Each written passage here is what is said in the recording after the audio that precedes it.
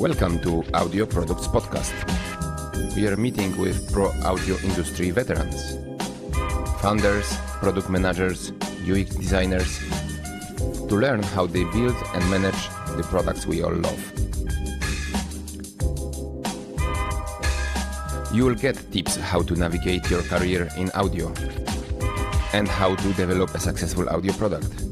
From musical instruments through audio plugins and gaming middleware up to music distribution platforms or consumer electronics like headphones, mics, and even automotive speaker systems. Enjoy. Hey guys, good to see you. Hey, thanks for having us. Thanks for having me. Yeah, Since you are in your office, right? So yeah, welcome. Yeah. So I'm not sure where to start. Maybe just to say to the listeners that we're just today in the oeksound office in Helsinki, in Finland, and it's actually interesting because at the same time in the evening we're having a meeting that actually guys agreed to host, and this is another audio product jam. So founders and product managers and marketing managers meeting to discuss how to build cool audio products, right? Yeah, that's true. Yeah. Guys, I would like to pick your brain. I mean, we met last year in a super booth, and I remember that we were sitting at the table just for, quite almost quietly, and then I actually asked you one question about how, about your processes, and then we you started to talk for an hour. So I figured that you are very passionate about certain aspects of managing the business, audio business. So hopefully we'll deep dive into this subject today. Yeah. So but you know what I mean, maybe if I can just start by asking you the origin of oeksound, because you mentioned, right, that the company didn't actually start just in a very traditional way. So it started out more having the first plugin. It wasn't not intended to be really a business from the very beginning, isn't it? Yeah. So I've told this story a couple of times, and I hope I get it right. But as oeksound started with the first plugin, and the first plugin was Soothe, and Soothe started with Olli Keskinen, who is the founder. And both me and Olli were studying at the Sibelius Academy here in Helsinki. We were studying music technology, so we were pretty much aspiring mixing and recording engineers. And he had this idea and he has also heard, and I also remember that we heard from our studies that, for example, there was this thing that professional engineers were doing, especially with vocal tracks, going through a vocal track and finding harsh resonances syllable by syllable, for example, which is in Pro Tools. You could do that back then with Audio Suite. So you could put a plugin on just a part of an audio signal, and then you would notch out a harsh frequency on one syllable, and then you go over to the next, and you have 5,000 is a problem there, and then on the next one 3,600 is the problem there. And Olli kind of asked himself, why doesn't a plugin exist to do that more automatically and for the user? So with the technology available, he saw that it should be possible for a plugin to be able to do that, especially, and with the CPU power then available. Now, this was back in 2016, so he released the first version of Soothe pretty soon, 10 years ago. This October, it's going to be 10 years ago. And this might be interesting for anyone else, starting a plugin company or something like that. He made the plugin, he made the UI, the UX, had of course friends come in and help out, and just to kind of bounce around ideas with, the DSP, the website, the web store, back then the copy protection, because we weren't with iLok back then, and so everything was bootstrapped. And then he released Soothe. He put the price where he put the price, and then he put out on the forum Gearspace, Mm-hmm. which back then was called something else, that, oh, I made this plugin, what do you think about it? And that was the first kind of like, that was how oeksound came to be. It was Gotcha. simple as that. Not as simple because, of course, this him developing that plugin took probably over 2 to 3 years. Because of the like a DSP underneath, or just because Yeah. he was also like doing something else aside? Of course, he had his hands full with the studies as well, but the DSP side here, the kinds of algorithms that we're using here is not like the simplest of maths, let's say. So, and also being a novel technology, a novel algorithm, and actually trying to make it work at that professional level takes time. And then so. But you mentioned before we recorded that actually it wasn't intended to be the business from the beginning, right? So like Oli didn't intend to just like start the company, or just like build a plugin? Or? I don't think Oli intended oeksound to be kind of a 20-person company that it is today. Like, of course, he couldn't have known. Like, there's no way. So he mainly was just like, oh, I put a lot of work into this product. I think it's really good. I've gotten some really good feedback. Let's make a nice like side business out of this, so I have kind of another source of income. I don't know if it was like a side business, might have also been his main business, and so that he could record and mix also, do that on the side, as that's something that we all do in the company. We have some kind of music projects at the side, and then pretty much needs arose as soon as it became quite popular, from that forum post on Gearspace. People like, I think the earliest kind of like professional mixing engineers that reacted were Greg Wells and Chris Shaw, and these very famous engineers. And then he understood kind of, I think I have something good on my hands. But at the same time, there was like, there are a lot of bugs that I need to fix.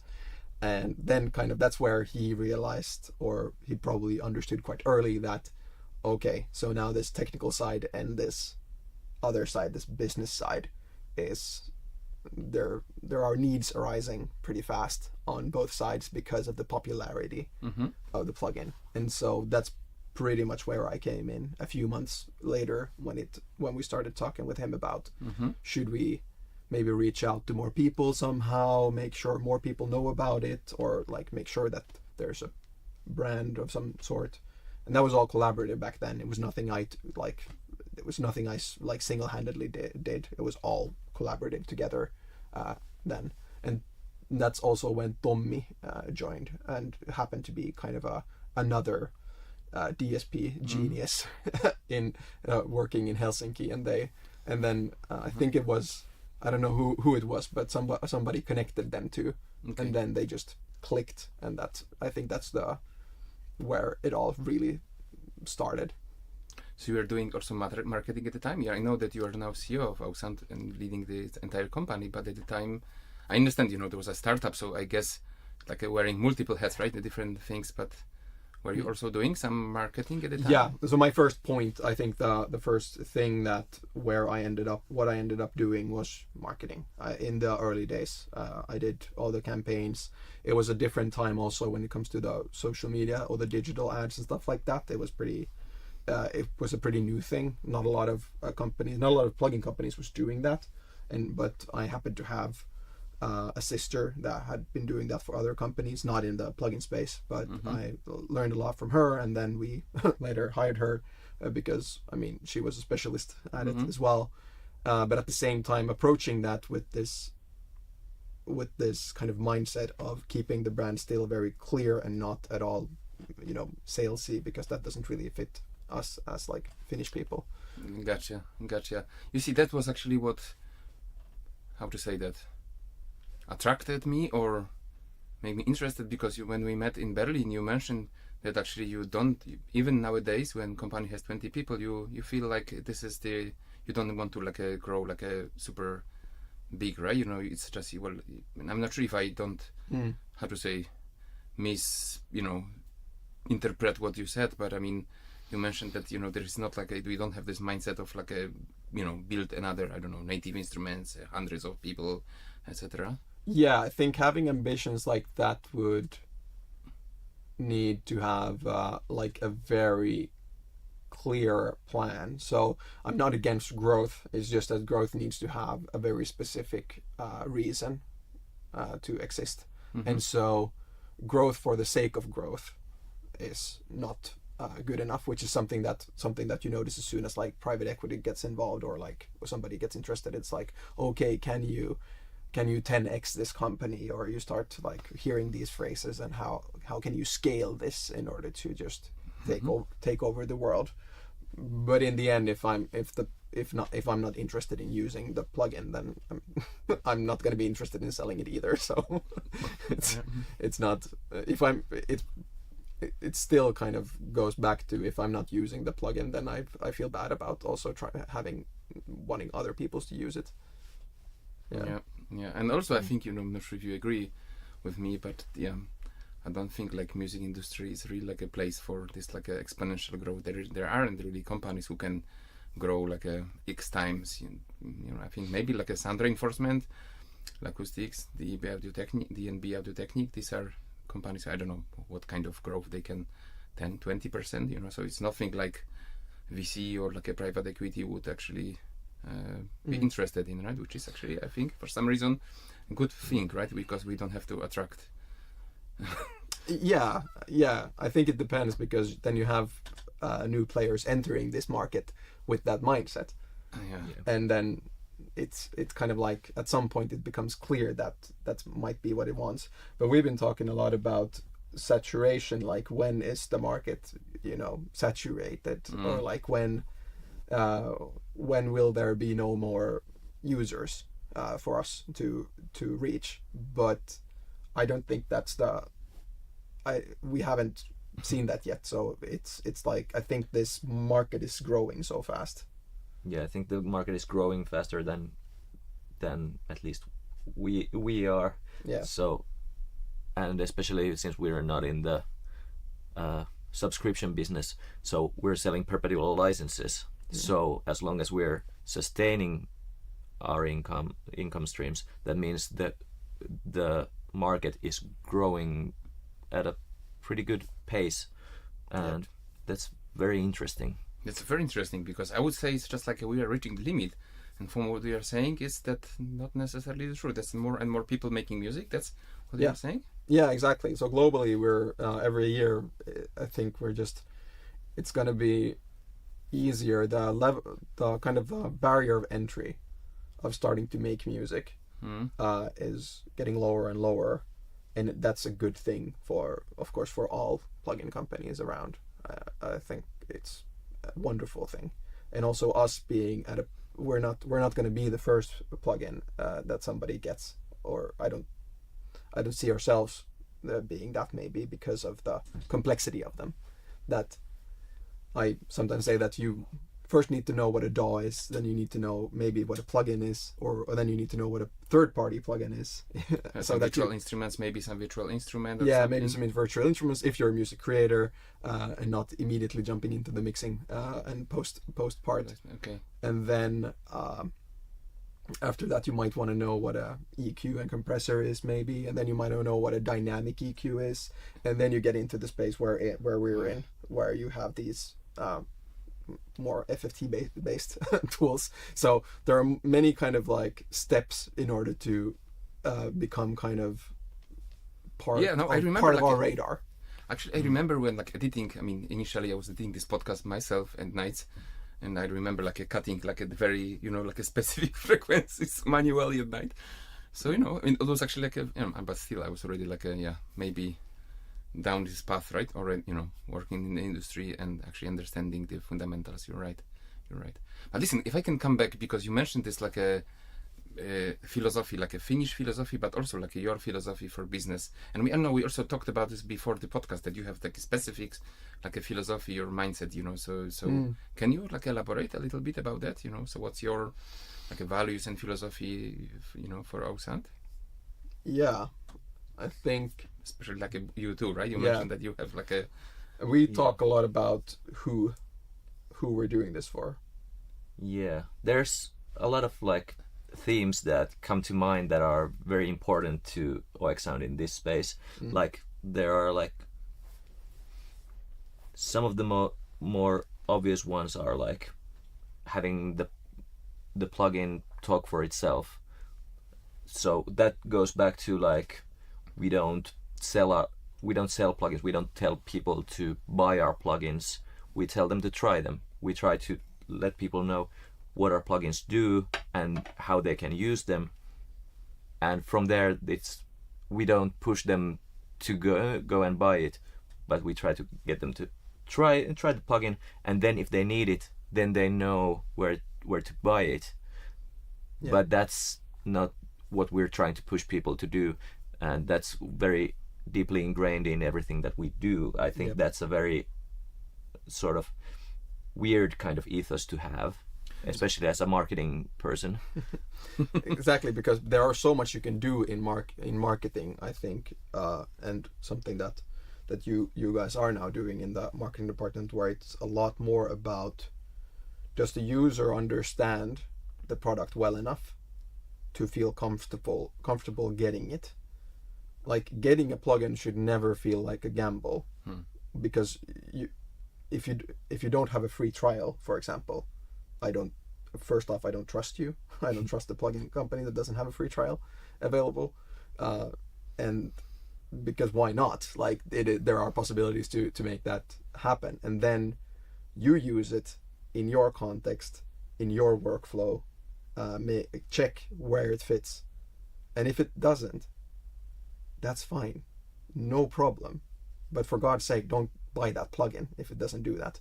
So that's also kind of like a mentality for us, is like if somebody got our plugin even though it didn't fit their workflow, I mean, that kind of like we have suddenly a bad customer in a sense that's gonna like maybe not like our plugins because they got it, but then again, like, but you had the possibility to try it and see if it worked. So in a sense, we try to always make sure that people get educated enough to about them to understand where and when they might need it, but they should always try it. They should always like go in. I think it's very, very much trying to just underline that ethos. Yeah, and for some people it's like they do the trial and be like, all right, I'm not there yet, I don't understand enough.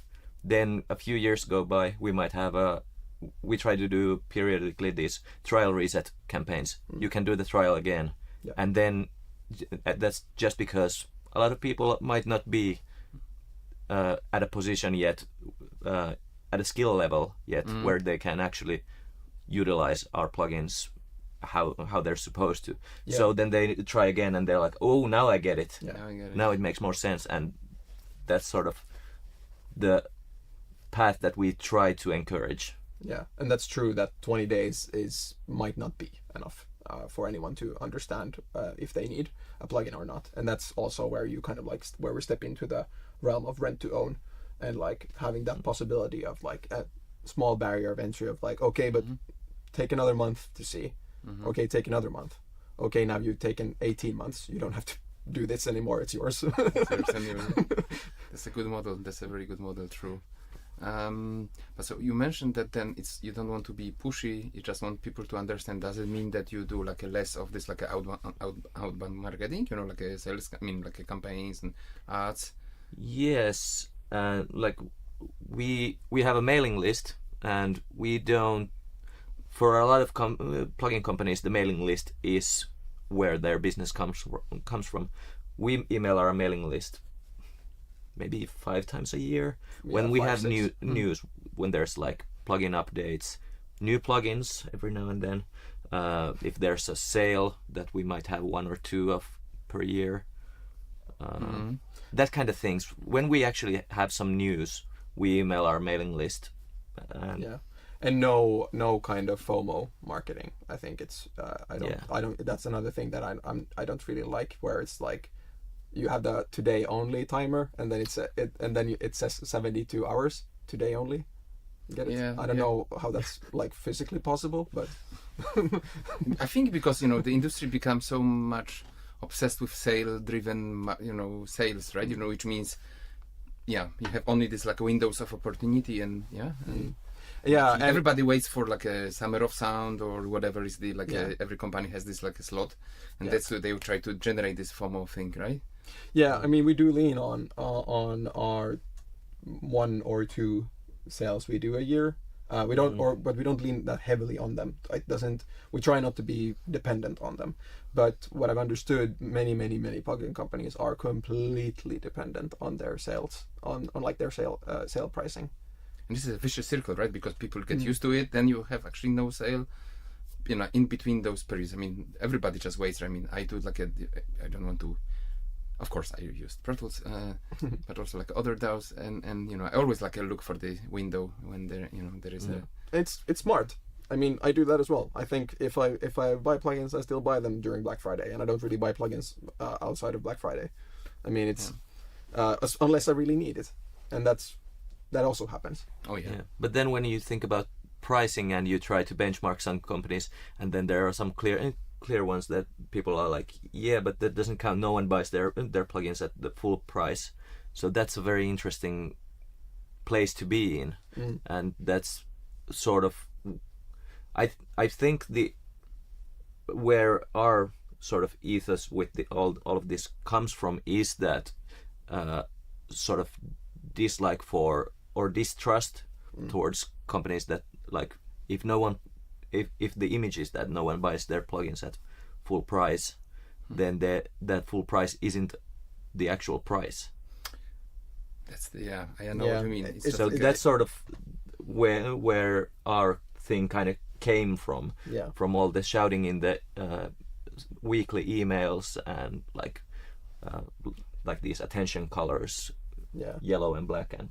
Yeah, I think it's just like a week ago I started to like unsubscribe because I just learned that I'm just like spending every week just deleting or like there are so many emails from like everyone that I just like cut them all maybe I'll just like leave 1 or 2 companies because there's so much. And also to add context to this whole conversation, we're soon to be a 10-year-old company with 3 different plugins, and so this is very different than the majority of plugin companies where they might roll out huge bundles, a lot of plugins. Yeah, where they might roll out like three a year or something like that. We usually take from 18 months to 3-4 years to actually develop a plugin from start to finish, depending on that. That's interesting, because I just wanted to ask about your like development process and how you organize like a product development, so actually like nicely touch on the subject, so like how many 16 like a month you like how many months for like to develop? We're trying to currently we're at the last stage of developing Soothe 3, which hopefully will be out by the time this airs.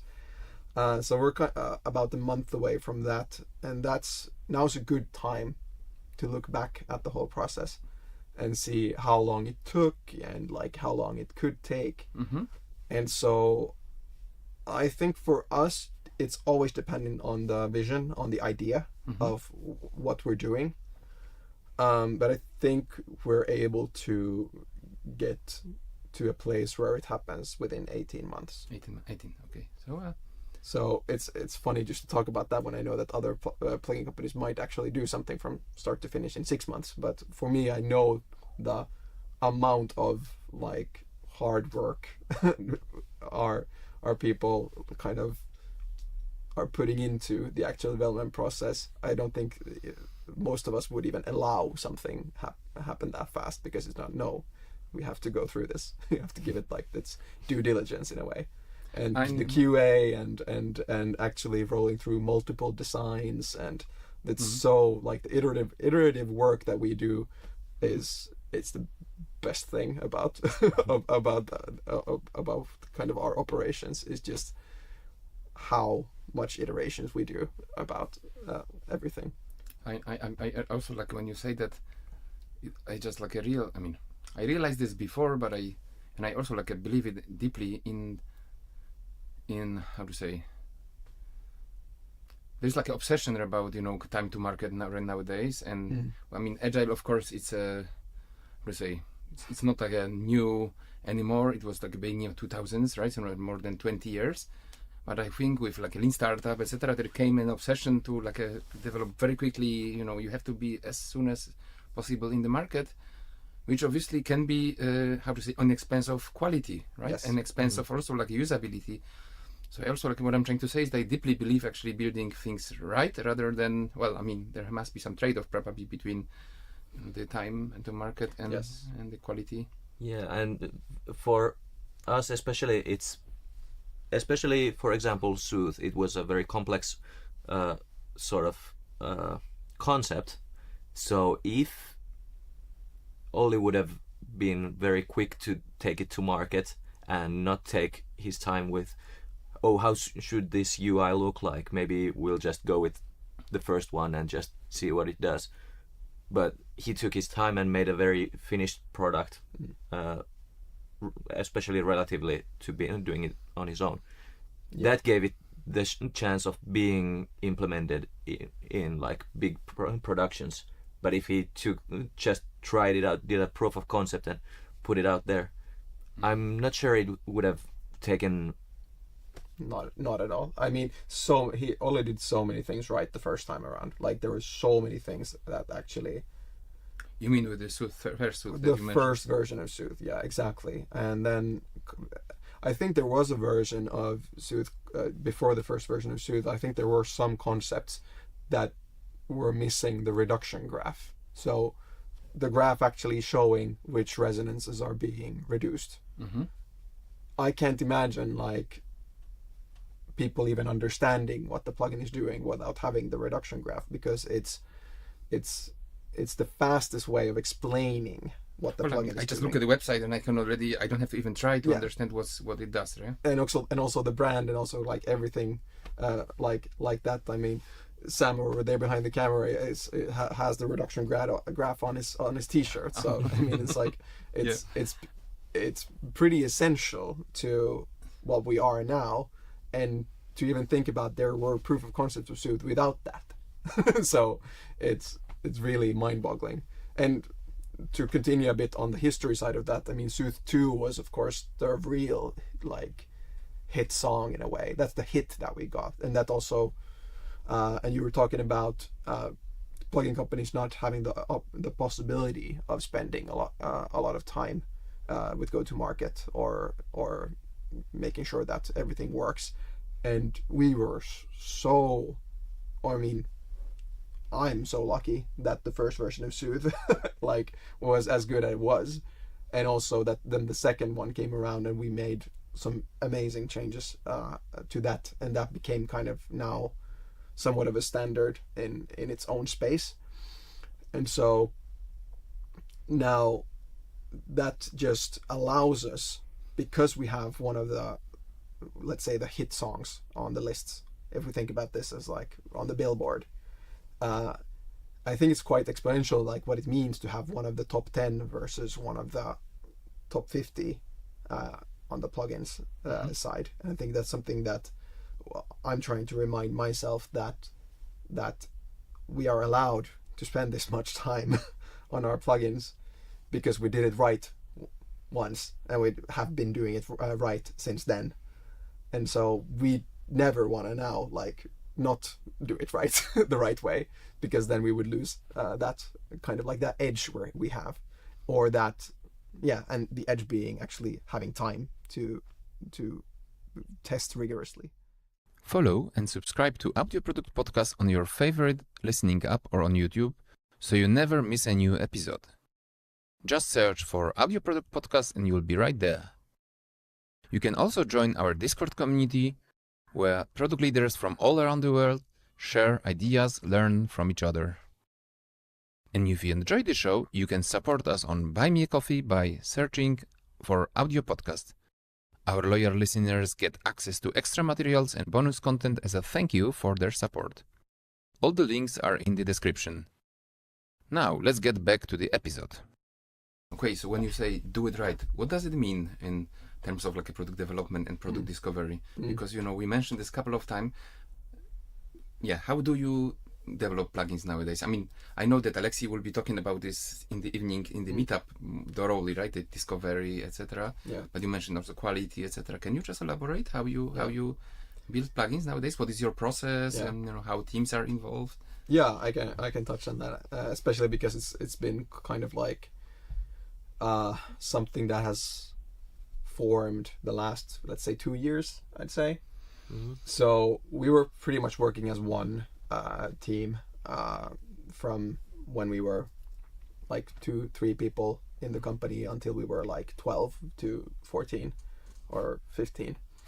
But when you hit that 10 to 12 people mark, that's when you start to kind of like things start to slow down because you're trying to work as one team, and communication moves slower and all of that. So one of the first things that we kind of did was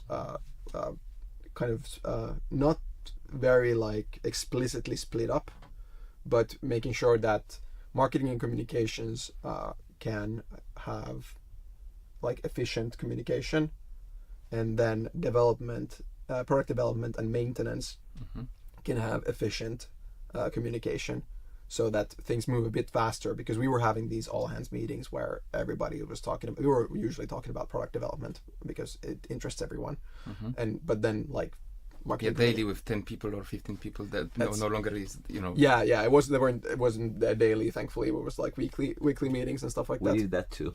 Oh yeah, we did that too. Yeah, that's true. And especially during COVID, yeah. But then you just needed to see people. Yeah.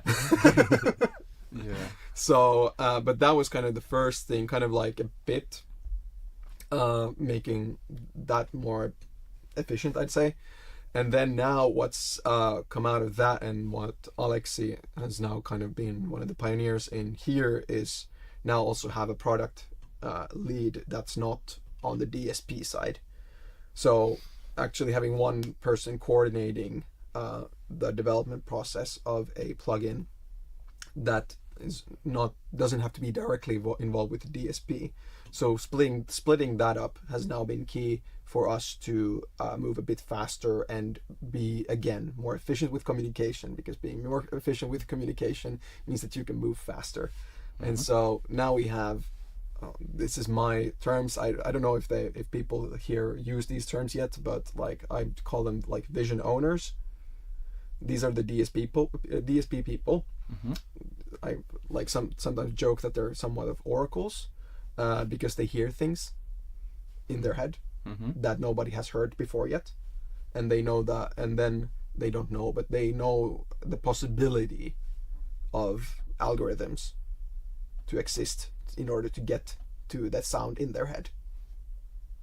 So, and then they can make the connection of, in these cases, when me as an engineer, because they have to be audio engineers, these DSP people, they also have to be recording and mixing engineers. That was my question.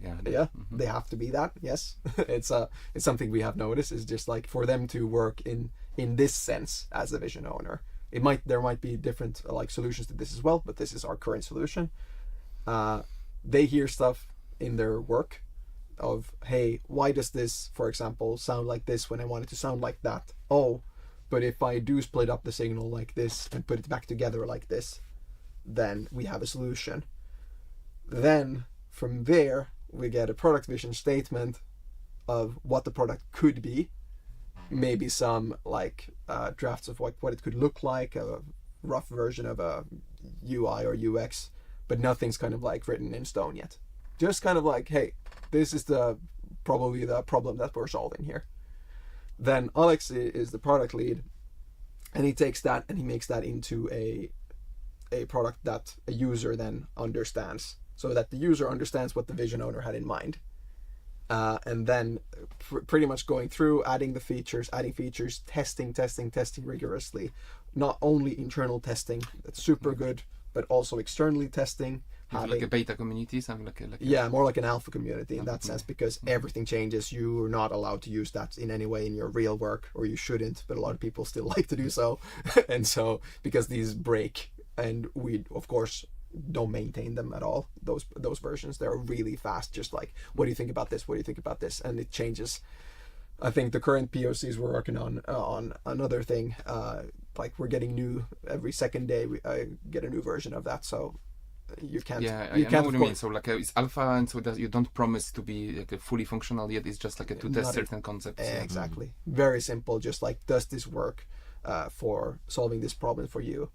And then from there, so we have kind of, and so that stage is kind of our alpha stage. That is where we validate features. What are the features that are supposed to exist, and what is the user experience supposed to be like? And that ends. So we got from vision owner to product vision statement to alpha stage, ending in on a feature freeze. Hopefully, that hasn't been, I don't think, like completely successful yet, but it's something to strive for. And then having an actual feature freeze, and then from that, actually, then the last part, the beta part, is QA, and just rigorously seeing if it works on your computer, on your DAW, on your operating system, everything, on all systems, in all VST, AU, AAX. Yeah, compatibility is becoming literally a nightmare nowadays, right? With so many, like different. Yeah, and let me, updates. let's see what happens with vibe coding as well. And then after that, Atte's part Like starts when, or currently, as soon as we go into beta, you're already like deep in it. Yeah, So the whole marketing and communications team comes in way before feature freeze. There's a bunch of us that are always testing like the alpha versions, so we try to keep up like with the intent from the start, like what are we doing and how do we talk about these things and what is it called, and Yeah. Okay, So, that was my actually question. So where is the like a demarcation line between UX, UI, and marketing? Because I understand that certain ways, even like how certain of the knobs or features are named, it can also come from marketing, isn't it? Or this is just more and Alexis' role? for example, we have Bassi who does all our like, they're the brand and art lead. yeah. So they do all our like graphical elements everywhere, like Yep. in charge of the brand, Both website, both UI and marketing. and UI. Entire design As well. system, so to speak. Yeah, design system. So there's a direct link to the product there, but then we have another Alexi who's our product specialist, Yeah.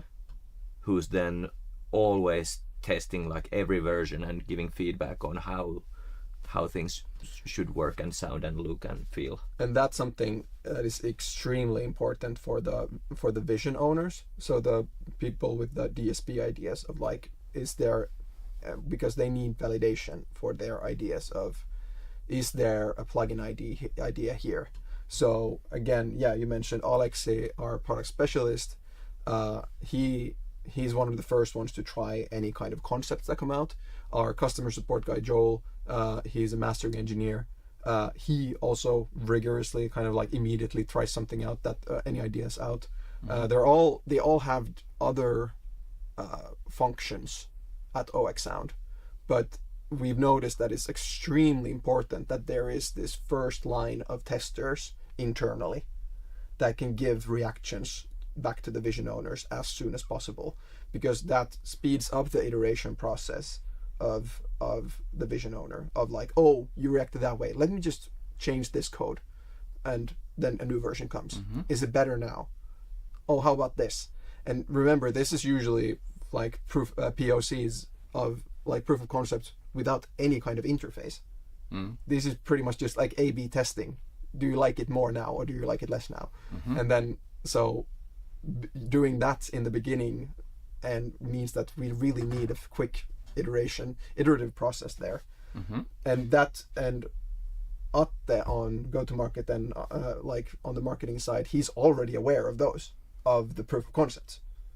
So following that along from like from the first stage to the last makes it a lot easier to market as well.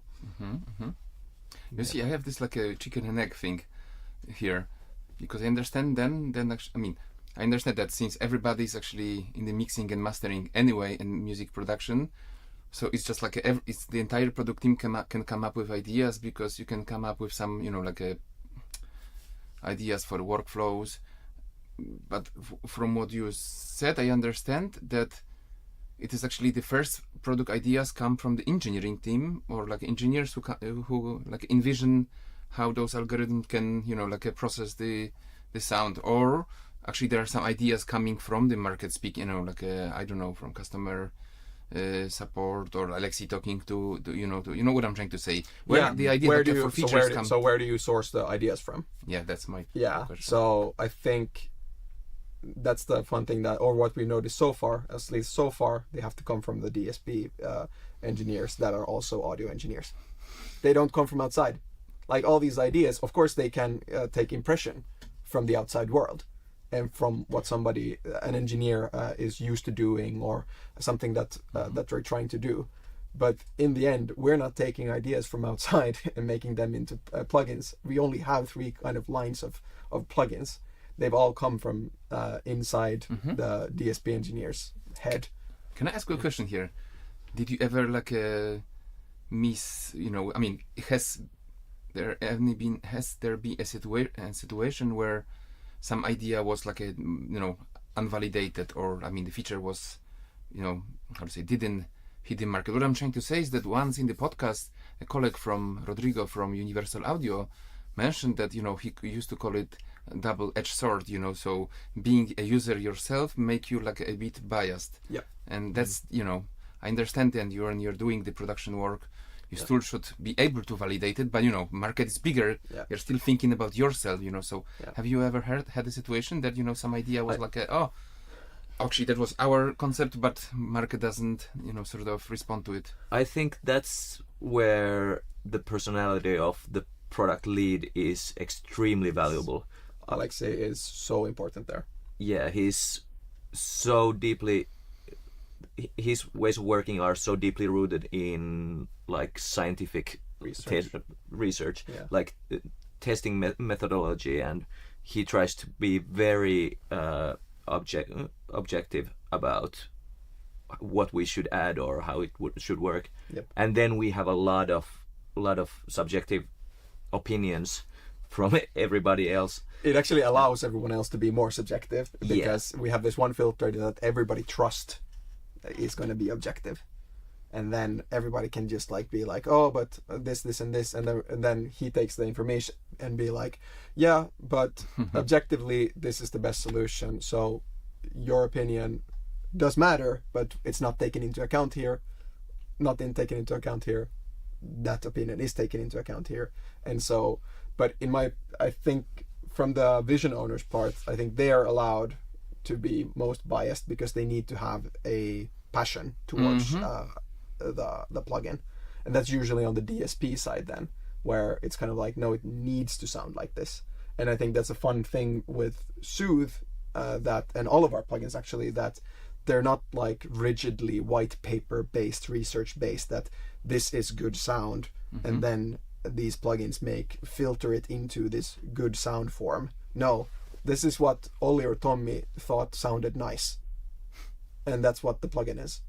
Yeah, and I strictly believe that we cannot go too far into objectivity, because there are some things just benefit from someone being like, I like it like this. This is how it's gonna be. So that's the character of the plugin as well. You know? Yeah, exactly. You want to actually have a certain.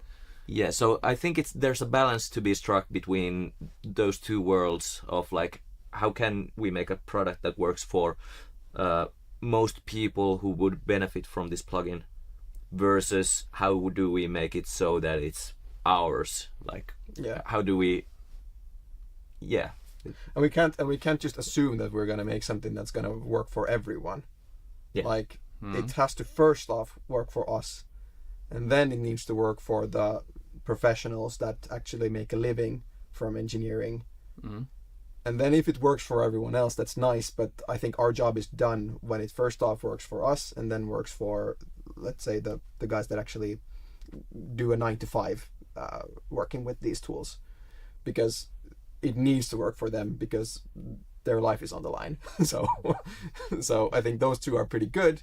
And after we've covered those bases, kind of as target audiences being oeksound itself and then these engineers, after that we're kind of in safe waters, even though that target audience is tiny compared to our, let's say, the user base we have currently. But we need to focus it somewhere because it's so difficult to develop something if you try to take everyone into account. Yeah, I mean, I think a lot about that, because this is like a product management, let's say, fundamentals that come from this, like a Silicon Valley companies, where they say, you have to, always try to be super objective, and you have to like distance yourself from your own ideas. But then everywhere I go and whoever I ask, and I just like interview people for 2 years already, everyone says, hey, it's just like we need to like pour in a character into it, more like in this like a Rick Rubin sort of philosophy, right? I mean, if it works for you, it's, people try to say you cannot be artistic, you have to think more like a businessman. But then, I mean, yeah, I think, like for the first time in Berlin, I heard I met a guy who at one of those like audio product jams, who says, I'm actually like wondering how like my artistic background can help me be a better product owner, so I can actually deliberately think about what can be like my sound that I would like to have, and how my intuition and also my artistic like how to say this, like a sensitivity, something like this taste can be poured into like bringing products, and so they always have certain character. Yeah. I definitely think we're artistic when it comes to actually creating these. Yeah, I think especially plugins are very specific as a category in software, because it matters so much how it feels to the engineer to be using it. It's so much of the experience, and then there's the sound. And we've made there's a lot of decisions that we've made for our products, and I know that we've made one where people were like, this UI doesn't feel as good, but their choices were sounding better, so we went for the better sound in that instance. Yep. But sometimes we're like, this all works very good now, but I think it should feel a bit different or something like this. I don't think we've ever done a compromise for the worst sounding one. Yeah. That's always priority. Yep. It's a fun, like one of the fun scenarios was like we were thinking about some visual stuff. I think it was for Bloom. Yeah. And having 2 different visual versions of the interface. And one felt more kind of like, I think the user enjoyed one more, but the sound outcomes of what they made were worse than the other one. So they actually made better.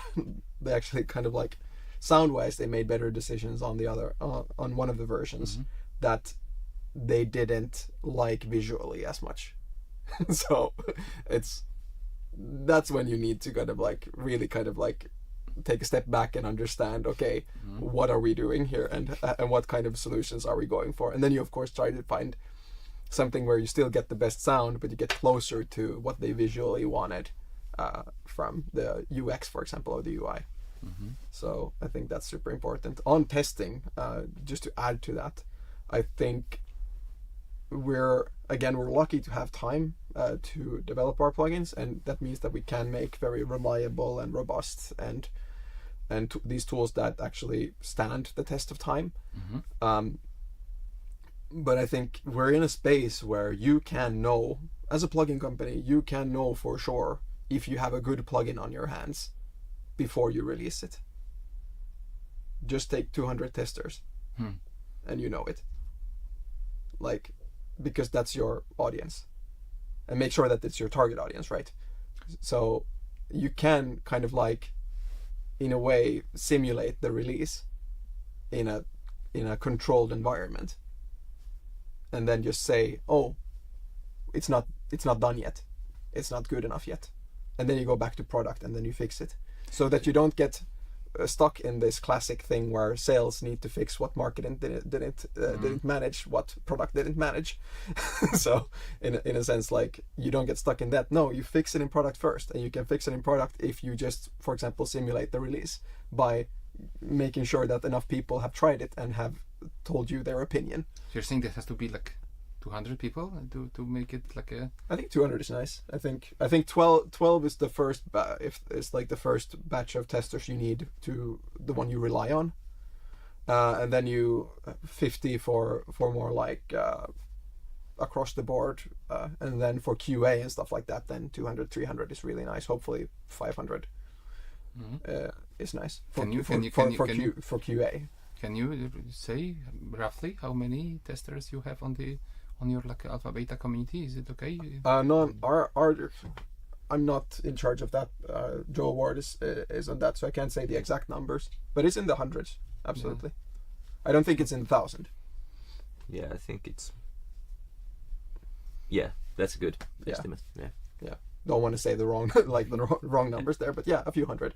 Gotcha. No, I'm just like, I was curious about the like rough numbers. So of course there's a lot of outreach, and you should probably have somebody being able to be in touch with these people and being able to communicate with them, because you don't want somebody having a bad experience of being a tester for you either. So that's also part of brand of how you communicate with your testers that are super important to you. Yeah, I hear you. So listen, did I understand correctly that Soothe 2 was that like the big hit? You know, that's something that just like moved the company to the completely new level? Yeah. Soothe, first version of Soothe was really successful, but you kind of joined along that time of Soothe 2, right? Yeah, I think I came in 6 months after Soothe 2 was released. So in the middle of COVID. Yeah. And COVID, of course, you've probably spoken about that with other plugin developers, that was kind of like, because people had a lot more time to think about picking up a new hobby, starting to create music. So that time was usually kind of business-wise was booming. A lot of companies actually, yes, like experienced like a peak. And that's where private equity also came in. True. That's the I can't still like understand, you know, how they just like misunderstood that this is just like a temporarily, you know, like a peak, that people will come back to work and they say, okay, I have no more time to play piano. But I mean, whatever. I don't try to overthink that. Yeah. But so 2 was just, and I know that, you know, so what was this, you know, how to say that? What was so special and what was new about Soothe 2 that made it so successful? Are you able to say? What was the What do you think it was? I think it was a much more complete plugin in many senses. Like, first of all, it was full range, whereas Soothe 1 was it didn't touch the lower frequencies or even low mid frequencies. And Soothe, the first Soothe was a bit sledgehammer type tool. Sound-wise. Yeah, sound-wise. Soothe 2 was a lot more delicate and a lot more like natural sounding on more instances, I think. And Soothe 3 is even more delicate and natural sounding. So just for the listeners, the moment we are releasing this podcast, Soothe 3 is already out in the market, and they also link to the index in the description, so you can check it out and get the trial, right? Exactly, and get the trial. That's how it's supposed to go. And I also, another thing I think, and that we've sometimes talked about here, is that I don't know if people knew if oeksound was going to stick around, you know, if it was just like they made Soothe, people really like it, but they haven't done like. Then we made Spiff in 2018, and just like, okay, these are really interesting plugins. But are they gonna? Is this gonna be a reliable plugin company that is gonna like again stand the test of time? But releasing Soothe 2, releasing a second version of something that people already liked, kind of, I think hope that what that communicated was that we're going to be here, we're going to stick around, we're going to maintain these plugins, we're going to make sure that they work, and we're going to just keep doing what we're doing. I know exactly what you mean. I know there's like a, the one of the like disadvantages that of the fact that industry is just fragmented. A lot of like small companies is that people are. I mean, I was actually part of this like a couple of times. I don't want to like a blast anyone by name, but bought like a new small controller or something, and that company disappeared. And, and you just spent a lot of money, and or like they discontinued like support for it, and then you have like a few upgrades of your Mac and bye, right? So I understand this can be actually pretty, concerning, right? Especially again, if you think about the target audience of professional mixing and mastering and recording engineers and post people, they're gonna need to pull up those projects 2 years from now, 3 years from now. They can't use unreliable plugins, and I mean unreliable now as like that you open the project and like it's completely, you cannot just recall all the settings. Recall is sacred. Recall is sacred, exactly. It's so, don't mess with that, especially. And that's another thing that's very interesting if you compare a plugin business with a SaaS business, for example, with a software as a service business, where they can just update things as they go and they can break things as they go. We can only release a plugin once, and then of course bugs we fix, but we can't change the sound anymore, because then recall is holy. So if it can suddenly you can't suddenly recall it and it sounds different than it did when it got released. So you only build once for that. It's like hardware, it's really like the hardware business, right? I haven't heard anyone actually compare it in that sense, but that's really good. It's like making a microphone and then it's out, and it's just like, don't change how that microphone sounds. I wouldn't want my like, I don't know, toaster suddenly to be a frying pan. Or my hammer suddenly to be a screwdriver. Yeah. On the other hand, I have to say, it's just on the side that actually I'm recently experiencing. I'm not like actively mixing or mastering, but I do from time to time recordings for people here and there. And I recently have like all the time issues with drivers. Again, I won't call companies by names, but I mean, it can be really frustrating that your signal drops actually. You have a mic, you go for a session, and entire session is just broken. And then I was like trying to fix it with RX for like few weekends. It's just like you feel like I'm going to like sell it all. Reliability. Reliability is you need reliability. And still, I mean, I'm not like any like important, so what I record is just like some favor to a friend or some small band. But I mean, I can imagine that somebody having such a recording like a big band or some getting a salary for it. Guys, can you tell a little bit about Soothe 3? So what's new and what's special in this plugin? Because this is such a like a flagship line for you. I think going back to why Soothe 3. I mean, why would we make a Soothe 3? I think having Soothe 2 came out in 2020, so that's over 6 years ago now. January 2020. And now, in a way, we also made Soothe Live in between for the Avid SXL consoles and also the Fourier transform engine. And in a way, there's always like this iterative process there on the DSP side, where it's just like, oh, if I were to create it now, I would do it like this, or if I would create it like now, I would do it like this. So in a way, this wishful thinking is like, oh, if we were to create Soothe with everything we know right now, and with the computing power available right now, how would we do it this time?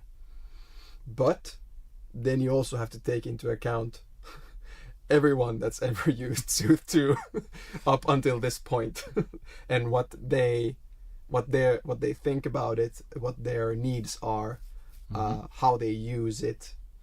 And so this was the main challenge for us. Or what do you say? Would you something like that? That was the challenge, but also it made it easier. It's so much faster to be like, all right, we have this framework. Here's what we cannot change. Yes. Like, there's so much that we decided that we cannot change with the plugin. So of course we tried. A lot of them we also tried to change, but then we noticed that, oh no, this is too essential to what Soothe is, that we can't change it. Yeah. And also coming back to what you mentioned about recalling, right? So you cannot just go too deep into updates because the old one has to work as it. Yeah, I mean, you can't recall Soothe 2 from Soothe 3. Okay. I mean, but Soothe 2 will continue to exist for recall purposes, as plugins do. And we will be able to, at least for a quite long time, hopefully be able to maintain it. So it's I think that's always a case with upgrades, that you also want reliable plugin companies that also maintain their legacy plugins, just because of recallability. But I think for the idea of creating Soothe 3, it was mainly just, what is it possible to change, and what does, from all these years of feedback that we've received, what's most important? Yeah, and to get back to the initial question, I think one of the main things why we wanted to make Soothe 3 was that we figured out a better way to do it. Yeah. A better sounding way to do the resonance suppression algorithm. So I think that was the main thing. Like, we figured, holy shit, this sounds like it's supposed to. Yeah. Like, that's a bit of an exaggeration. Soothe 2 still sounds great, but there was very much of an aha moment with the algorithm that we started. We're like, all right, we kind of need to make this into. It's something that's been extremely validated through then the testers, and like we think this already, but without any kind of prompting or bias being involved. Just having somebody try our beta versions or alpha versions of Soothe 3. That's now that it has gone through the rigorous testing again. That's always been the first point. Like, this sounds so much better, or this sounds better. I can depend on it more, just because of kind of, it feels more natural, smoother, more accurate, and all of that. So in a way, it feels very comfortable now to be able to soon release it, when we're getting a continuous stream of, yes, this is the right direction, yes, this is better now, and actually having been able to question all of the decisions on the way here very thoroughly, which has been very nice. Yeah, cool. And I think that was sort of the beginning. Like, all right, we have something here that's enough for the next iteration, and then we started to think about what can we add, what are the pain points that we still haven't addressed with Soothe 2. Like, what did we learn from Soothe Live? We learned low latency, and with Soothe 3 we got it to 0 samples, which is amazing, ridiculous. So that was one thing, and then we were like, so how about multi-channel support? That's a big thing, especially in game and film music. Yep. Yeah, and that was a new ground for us. So Soothe 3 is the first plugin where we actually have a wider support for multi-channel setups up to Atmos 962. So that was kind of a new ground for us, where we also had to have very specific testers testing that for us. I saw and also having that available in the office in one of our listening rooms. So those were some new things. Yeah, low latency, of course, huge when it comes to how well we actually got it working. I'm very happy about that. Yeah, and max cuts, like just some nice to have features that makes it again possible to rely on the plugin a bit more without you feeling that it's mixing for you, right? Because our plugins are automatic in some form, but the control always should feel that it lies with the user. So that's something I've always been super clear about, is that yes, they do analyze the incoming signal and make decisions for you, but it should always be super transparent and clear for you as a user what are the decisions being made, and then all the controls available, the whole UX is about where do you agree with the decisions, and or where do you want to kind of level it or filter it or focus it or whatever you want to do. I know what you mean, like guardrailing, something like Guardrailing, exactly, and having and make that as fast as possible so that you can just like put it on, you're supposed to do your thing here, good. Okay, now you're supposed to do your thing here, good. And you can move faster. It's interesting what you mentioned about these new markets as well. You mentioned like a gaming and yeah, post-production for sure, like movies. But I'm always super curious. I mean, one of my former guests on the podcast was already retired head of product from Audiokinetic. I'm not sure if you know the company, right? Behind Wise, the audio engine for games, right? Middleware for games. And since then, I'm always like a super passionate and interested in the game audio, especially that Poland is actually probably one of the industries which is big in Poland is CD Projekt Red. CD Projekt Red. Yes, actually, I've already enlisted their audio director for a podcast as well. Nice. Yeah, but I mean, just like yeah, that's probably the one unicorn we have in the country, into actually Witcher, and it's also so cool because it allows us to not only build amazing products or like entertainment products, but also it allows us to sort of sneak the culture, like Eastern European culture or Central European culture into mainstream, which is always more like Celtic, right, or Scandinavian, or more like maybe how to say, like a British. And right now we can also have our own part. But I mean, talking about this, to me it's also interesting because gaming audio industry is way bigger, right? So it also opens crazy possibilities, to do stuff for people who, I don't know, mix and create audio for games. I mean, are you like also looking into this? We've had a fairly good standing in especially the game music industry. Gotcha. Because a lot of people that are doing, say, Atmos or multi-channel mixing are using like individual like stereo bins or whatever. So we're just now allowing more like bus processing, which is something more, but it's not like you couldn't have used these tools before in that environment. But it's something that they're very thankful for now, because when they've of course been the one asking for it. Someone like Jason LaRocca that has like mixed the God of War games and or a lot of movies, the Lord of the Rings series and stuff like that. When he has like, when someone like that, when like a Jason LaRocca or like an Alan Meyerson or one of these come with requests, their requests of course weigh more heavily, and of course if we can then follow up with follow-up questions and having tests, that's when we can really zone in on what is actually needed versus what is just nice to have. Because if we would add all the nice to have things into our UX, it would not be very user friendly anymore. So at some point we always need to make the decisions, or Alex usually always needs to make the decisions of like, when does it clutter? When does nice to have only clutter it more, so that it's not fast anymore? And then you lose one of the main goals of the tool, is that you should be able to solve a problem fast. And coming back to the game audio side, we have a good relationship with, I think, a lot of the audio leads in some of these companies, like Naughty Dog, which of course have Last of Us and a lot of other huge games.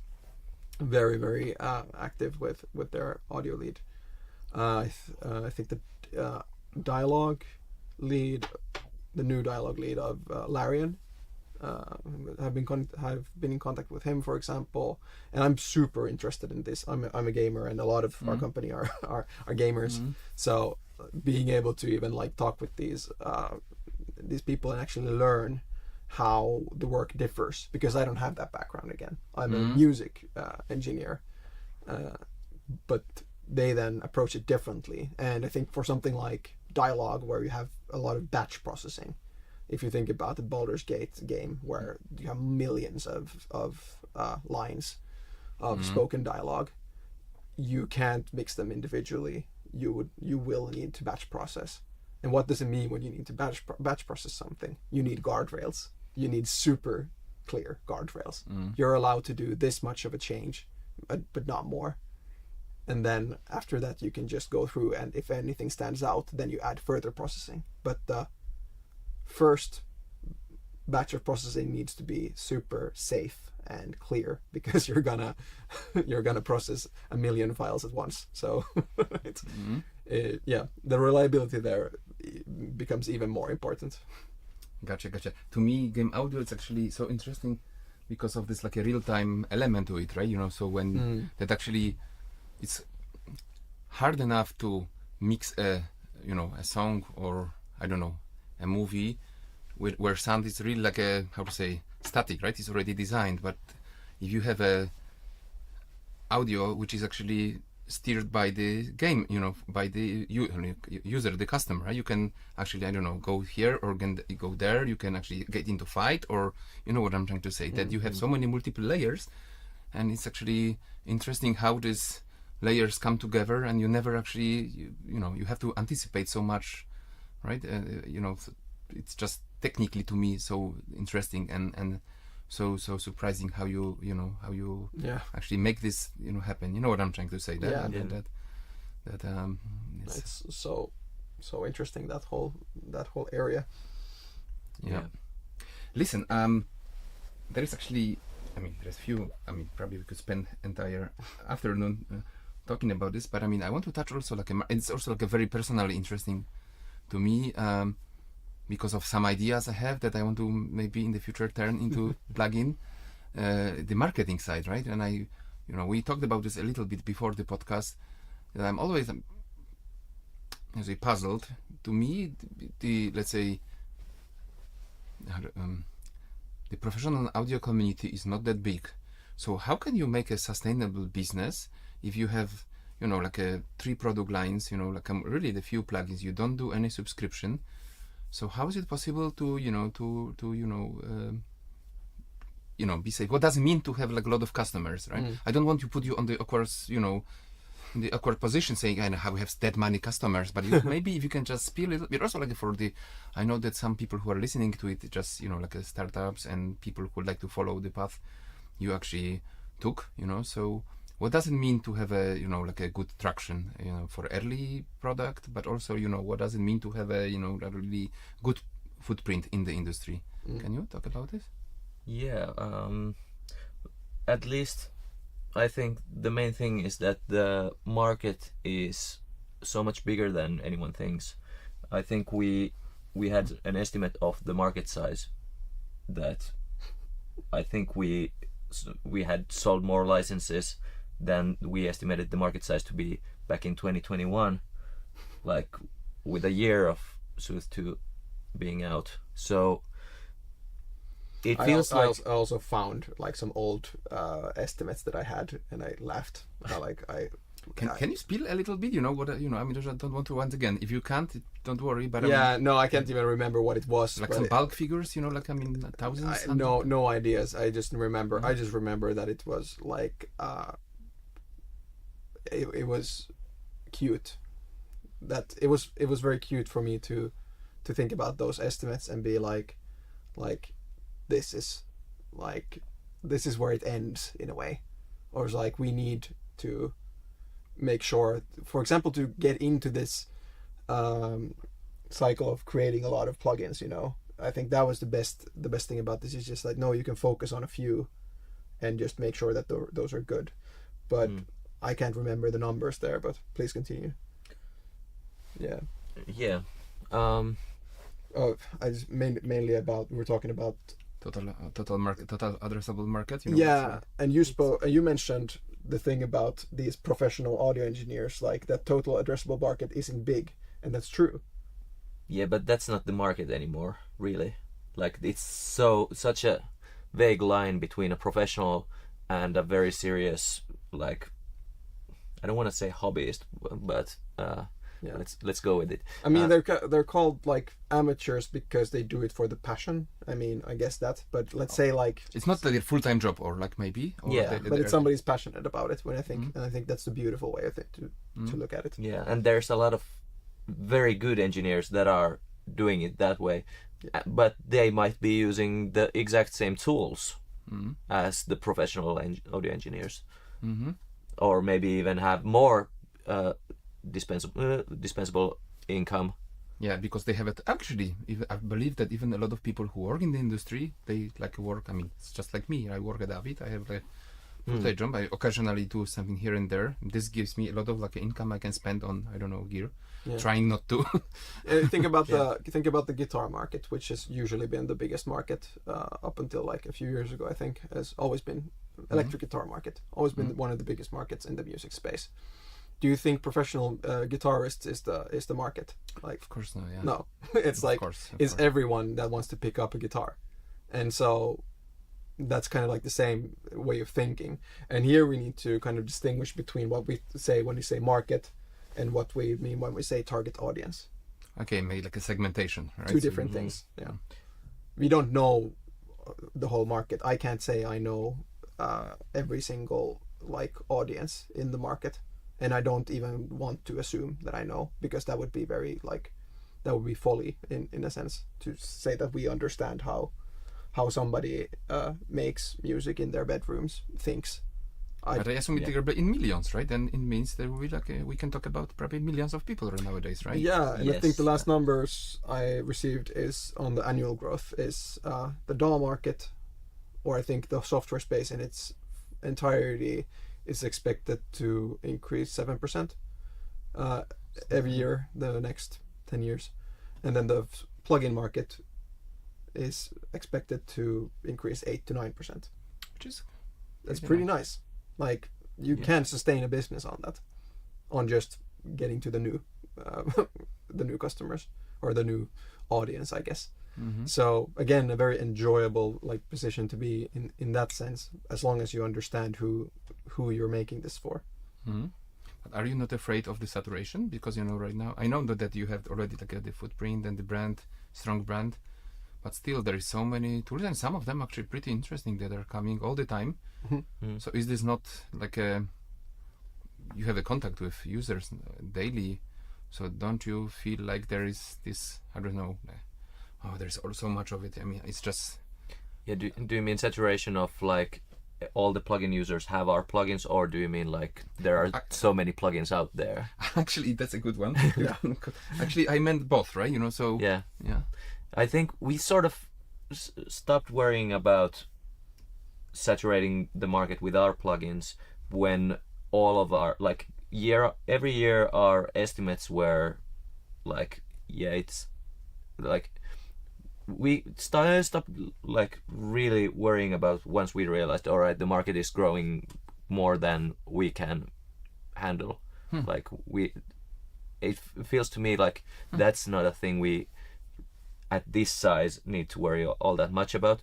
It's more about, all right, let's keep building plugins and As soon as you've done something right, and I think that's what you also were aiming at, is that we did the brand right, we did the plugin, we became reliable in this space. I say because I'd say how much of our marketing is actual marketing and how much of this is like organic, or let's say word of mouth.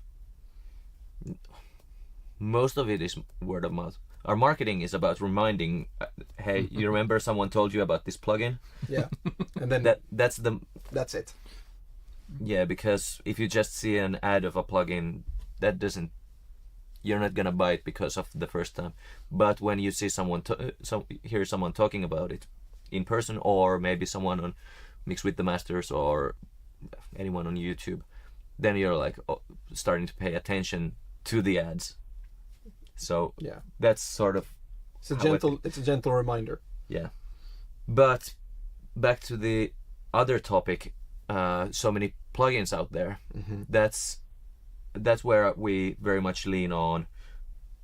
We became that sort of image that we have, like we got people know us now more as a reliable, as one of the sort of companies that are known and are in the business and sort of where you can rely on getting your tools from. Yeah. So that means that we have the visibility, and it's so much easier for us to put out a new plugin and people will be interested in it because a lot of people like our other plugins. Yeah. So that's so much easier for us to put out a new plugin and try to make it people interested in it, especially if it's something that's new. It's so hard to get people interested in something new because most likely it's not gonna be, they're not gonna believe that it's actually new. Yeah, and because that you need the conversations happening in the studios and around when engineers talk with each other. The word of mouth is so much of our marketing, and it's so needed. So you need something to talk about. You need so many, like when we've been to NAMM or when we talked with our users and how they for example found out about us.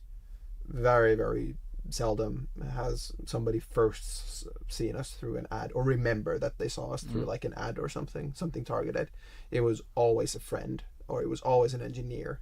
It's usually like the mixing engineer mentioning it to the producer, or the producer mentioning it to the songwriter, or the mastering engineer talking with another mastering engineer. These conversations, we have to rely on those conversations happening, and we want those conversations to be in our favor, right? And what can we control in order for those conversations to go in our favor? Well, make sure the plugin is good and that the UX is good and that people enjoy using it and that it fixes the problem that we promise, that our kind of like vision states that it does. Mm-hmm. So it's a lot about making sure those friendly conversations go our way. And sometimes they don't. Sometimes somebody didn't understand how it works and said that it doesn't fix. But then again, we're not in it. We don't want everyone to become our user immediately either. Mm-hmm. We want everyone to become a user of our plugin when it's the right time for them, because that's smoother for everyone. That's smoother for our relationship as well as a plugin a developer and as a user, is that if you entered this relationship at the right time, we're gonna have a lot more fun together than if you were way too early and don't understand and stuff like that. Yeah, Eland is as one of the many plugins over there. Yeah, I gotcha. So I mean, regarding the like a go-to market and some benchmarks, so what is the good traction, early traction? Just more, it doesn't necessarily mean just your plugins, but I'm always trying to find some kind of good industry benchmarks. What is like a good early traction, and how do you, what if you would just to advise, to other funders, if they're just like releasing their first plugin, so what they can expect and how like a, I understand it depends, right, on the quality of the plugin. I mean, I'd say we're the wrong people to ask. Yeah, I mean, we would need to go back to the first version of Soothe, because that was the sign of something that nobody has ever heard about, that got good traction in the beginning, but that good traction was then nowhere near to the established brand good traction. If you're an established brand, good traction looks completely different than when you're releasing your first plugin and nobody has ever heard of you before, and you're putting it up a nice note on a forum like, hey, please try my plugin. I got you. It's very hard to. Yeah, we were there at some point, and I think we got good traction, or Olli got good traction back then. And do you remember, because you sort of joined very early, right? So yeah. So you. I think we're talking like hundreds during the first weeks. Wow. So you want a few hundred users in the first weeks, and of course it's gonna like start to rise. Then you hopefully are looking at somewhat of a linear rise because of word of mouth again. But then you can, and I think this is where I came in back then. I don't know if it works like that anymore, but back when I did digital marketing, that was more like a multiplier for word of mouth. You kind of like you made people start talking about it, and as long as you can rely on having a good plugin and people actually going to try it and seeing for them and noticing for themselves that okay, this actually works, then you can use stuff like digital ads as a kind of like a multiplier effect, like speeding up that growth so that it becomes a bit more yeah. But it's such a different world now where there's so many vibe coded plugins nowadays that there's such a validation process. When you enter the market, you need to prove that this is an actual product where someone actually went through the trouble, instead of doing 1,000 prompts in a week to an AI and then getting something out there. Because there's a lot of that, and people are noticing it, and I've noticed that there's a lot less people trying out new companies' products. There's a flood of that. Quite a few actually, which actually I've even become hooked by, and actually with some really good DSP underneath. I mean, yeah. On the vibe side. No. I mean more like on the okay, like a right side of the force. So I think that's So I'm what you're probably also wondering. There's like we don't actually know how it is to be a new plugin company right now. Like we have no clue. I understand what you mean. Yeah. We remember how it was 10 years ago. Or I remember obviously the situation in the market was a little bit different, so it's very hard to compare because it's really like a historical data. Exactly. Another example for how it changed, for example, on the marketing side with digital ads is like we didn't have reels. We didn't have I don't think we really had. I think stories were like a new thing or something like that. You had that, and so you weren't supposed. We didn't have this content creator economy where everybody was supposed to upload one video per day in order to survive. Oh Jesus, yeah. Yeah, people were supposed to post once a week, so there were more space for somebody like us to now and then be like, hey, try our plugin, and that might have been even refreshing in your feed, and when it's kind of like, oh, nice, and instead of just like hook after hook after hook after hook after hook, which is what you notice nowadays if you scroll, is that everything is so hook and attention based that the tactics are different. Yeah, and if you actually stop posting for a little while, algorithms completely push you down, right? You disappear, right? Which is such a shame. Yeah. And again, that's different again for an established brand than that it is for a new brand. Because if you're more established, you have people coming back and actually being interested in what you do. And okay, so can I ask then a question again? I don't want to put you on the spot. You can obviously say we can't. What if you're just launching and there is actually success for you? What does it mean? What kind of early traction can you get? And what does it mean?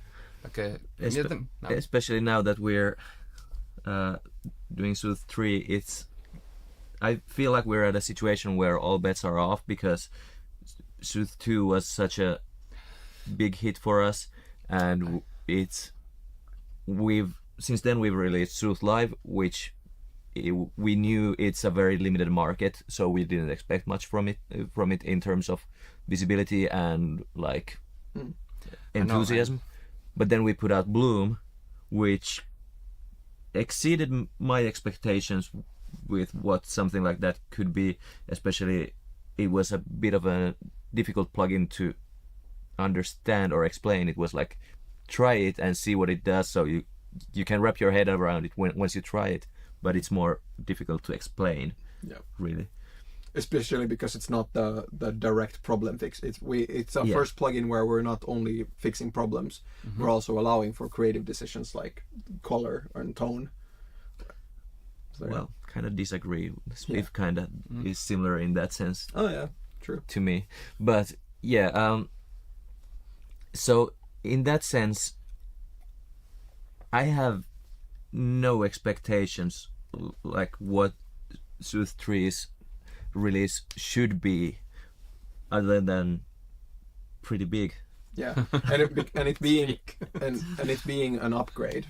Of course, when we think about that, and what we strive for, is of course to create something so good that we expect the majority of Soothe 2 users to want to upgrade.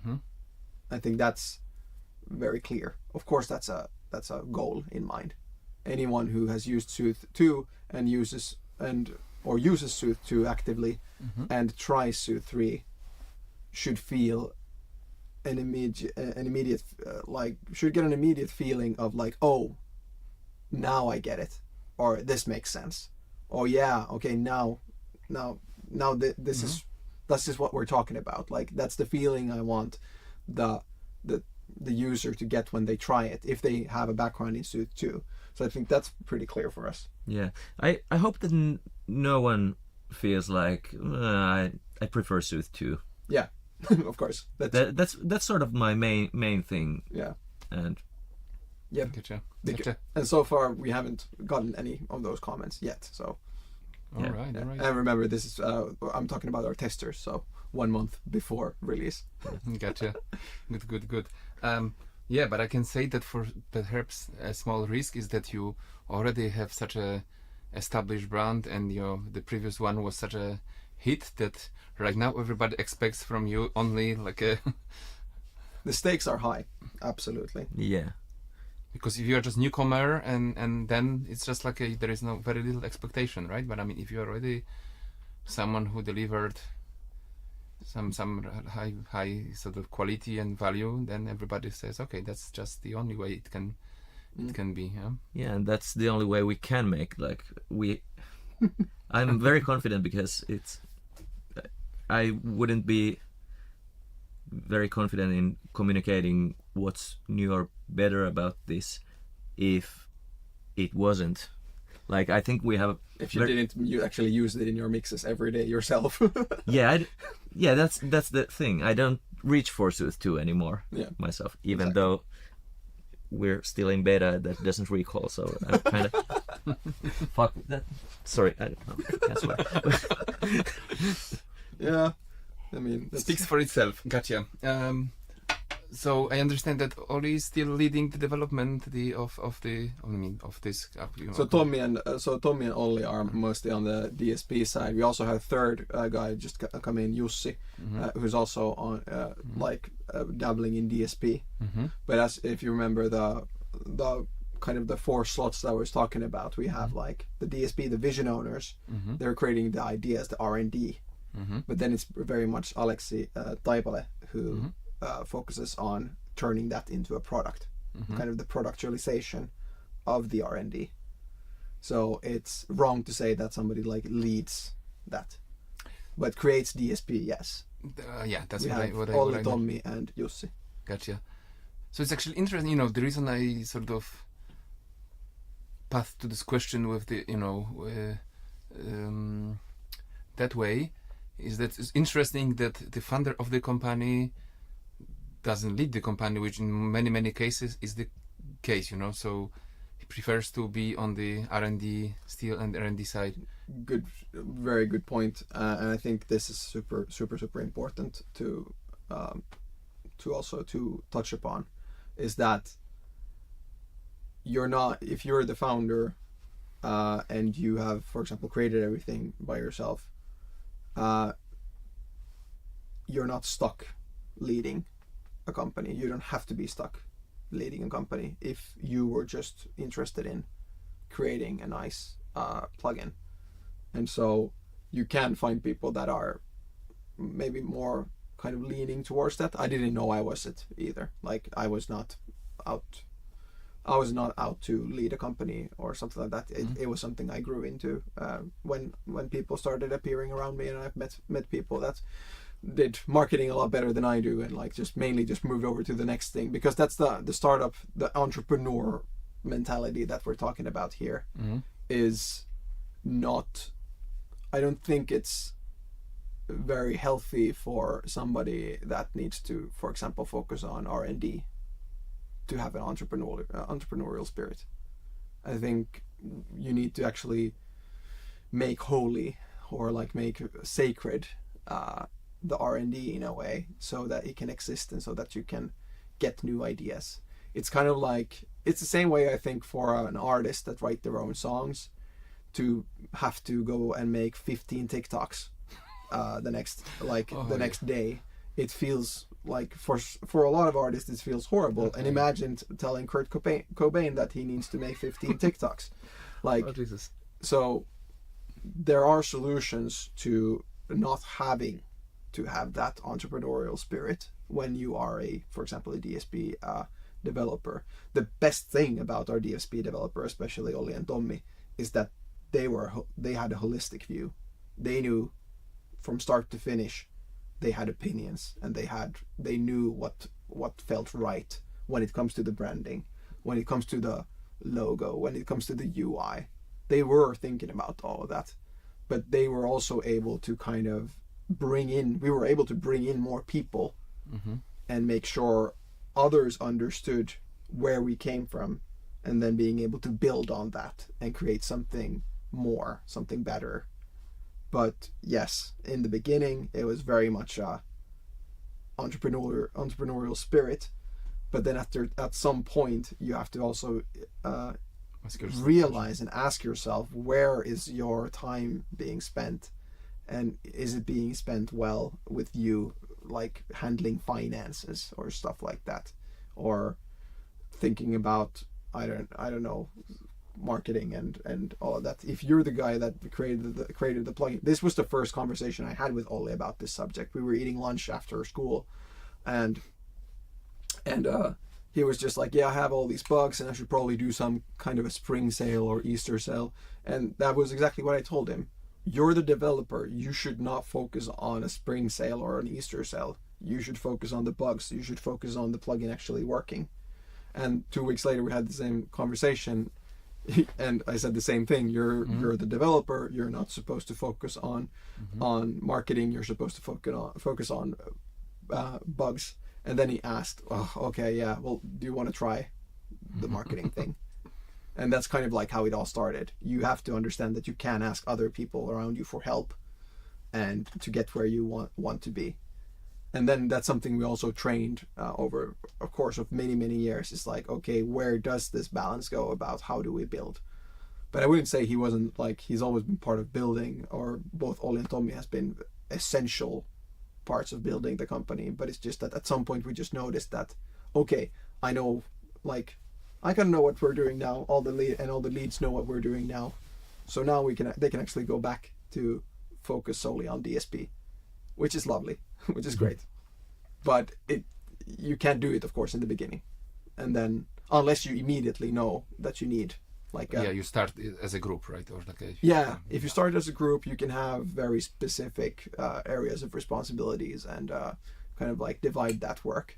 But if you're a solo developer that just bootstrap everything, then that's going to be difficult. And very early, when there is a... Yeah. I got it. And we didn't know how big this was going to become. Like, of course, in the early days, this was all new to us. Yeah. You're just after school, actually. You were, or like still. Yeah, still studying when all of this happened. Like, still in the university, and so I haven't really worked for a company before. Like any company, so I didn't really know what that was about. You didn't think about like leading the company? No. Even. Okay. I didn't think about we were going to have that many people, that there were going to be anything to lead. So interesting. Yeah. But you see, that's I think was it the Spider-Man or any other comic who says, it's people who crave power actually are not good leaders, though people who actually don't necessarily like dream of, leading, etc. are the, don't want to do some, flattery, etc. But I mean, it's actually, what I'm trying to say. Yeah. That the intentions matter, and and actually having fun and doing something important probably a bit more than, I always dreamed of. You like read American books about entrepreneurship, right? I wanted to have a Lamborghini, and I started the company. Oh yeah. Yeah, having goals like that doesn't really. I don't feel like they're very constructive in a way. But if you think about like, what kind of life would I like to lead like in a year? Well, I'd still like to make plugins, but at the same time, I'd also like to make some music. Yeah. I'd also like to still write songs, sing, mix now and then, and we think actively like this. I hope that the rest of the company also is able to have these kinds of things. That now and then I actually like to play in a band or mix songs or stuff like that. And is it not overwhelming for you? Just to lead the company. Do you still have enough time to? Are you able to sort of balance this? To be able to. I still make music, and I think you make music as well. Yeah. Yeah, have some bands, have some gigs, some touring, and I like sing a cappella and write pop songs and mix when I have the time.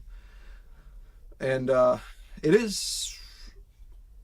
it can always be overwhelming, but you just have to kind of check that. If we think about the whole mental health side of this, that's exactly why I ask, because it's also like a very personal, and probably for me, but I'm kind of, how to say, a bit,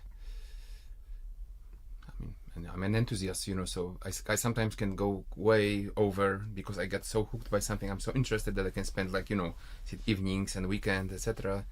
And sometimes I'm afraid, on one hand, I would love to actually create something, but then I say, oh Jesus, I don't want to be a victim of my own success. Then I can't stop thinking about it. And I already had been, even this is become like podcast, and then meetups, and then platform with courses, etc. And I just wanted to have interviews, and I just wanted to be around creative people, and it become like, oh Jesus, I can't Yep.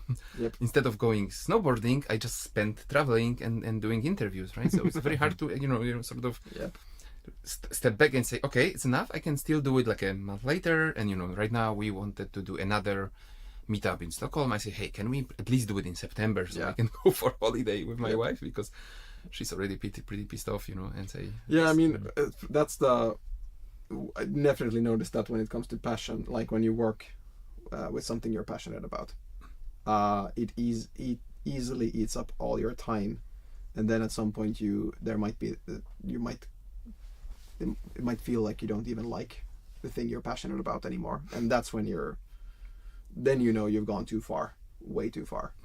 So yeah, we try to mitigate that at the company in many ways. A lot of us work like 30-hour weeks, so you have that extra. Then you have a culture, I think Finnish culture, and by the way, I think generally Scandinavian culture is known from. Yeah, it's not even that common in Finland. Is it? The 30-hour thing.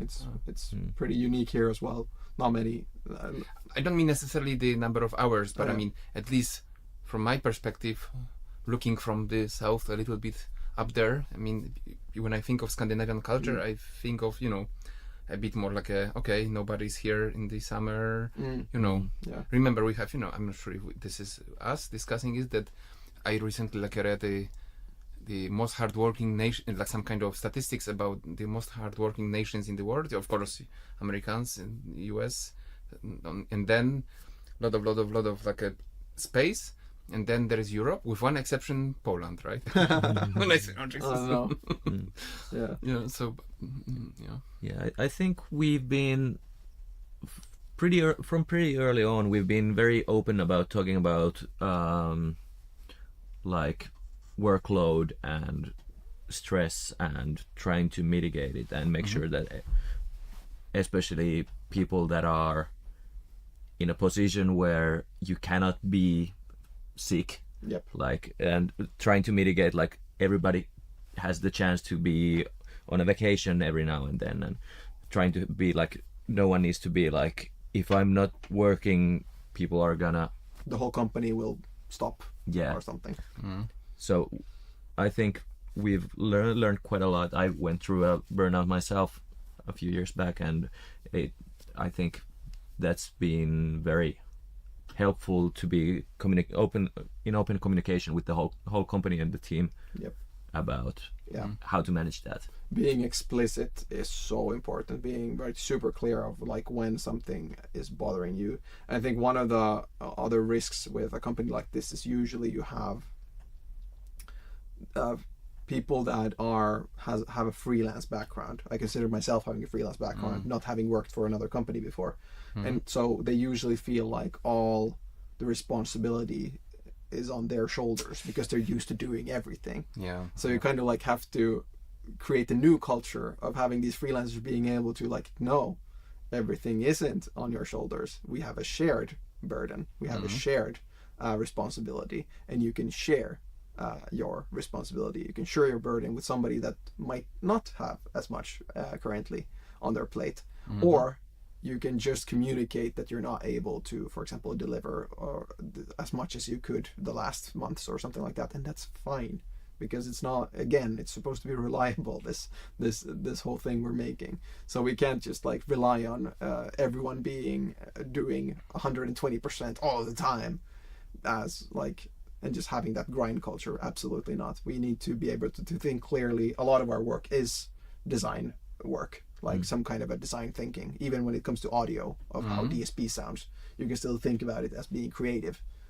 And that's the first thing that's not going to work anymore if you feel overworked. Yeah. You have no way of being creative anymore. Like that's for me how it feels. Like I can't make creative decisions under pressure.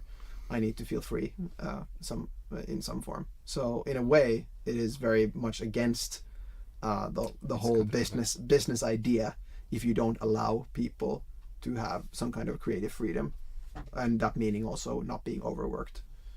Or absolutely. Yeah. And another thing, like one last thing on this subject is, I think I mentioned it in sometime when I thought about like, oh, what is our culture and what do we stand for and stuff like that, is no one in this company should oeksound should not be a way of validating your existence. Like the company should not be the reason why you exist in this world. Good point. Very good point. It's not like a corporate family, like a spotters, etc. Yeah. And And I know what you mean. I think it's probably something I needed to hear most myself, because I became so attached to this. But at some point you need to kind of like just understand that yes, we're good at what we're doing, but if I suddenly like go somewhere else and do something else, I'm equally as valid as a human being as when I worked at this company or something like that. It's very important. I know exactly what you mean. It is super important, right? I mean, yeah. First of all, because of the passion. Secondly, yes, if you're just like building something from ground up, it's very hard to actually disconnect, right? And it's actually so easy to get. Yeah, and your internal out, yeah.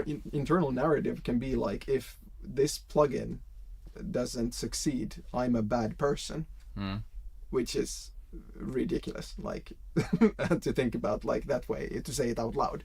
But many people's internal narratives go like that, especially if you have a background of freelancing or classical music, where it becomes perfection. Very perfection. And we're a company full of perfectionists, so those internal narratives can be a bit weird. And especially, I speak mostly from my own experience of like what that inner narrative could be or could have been.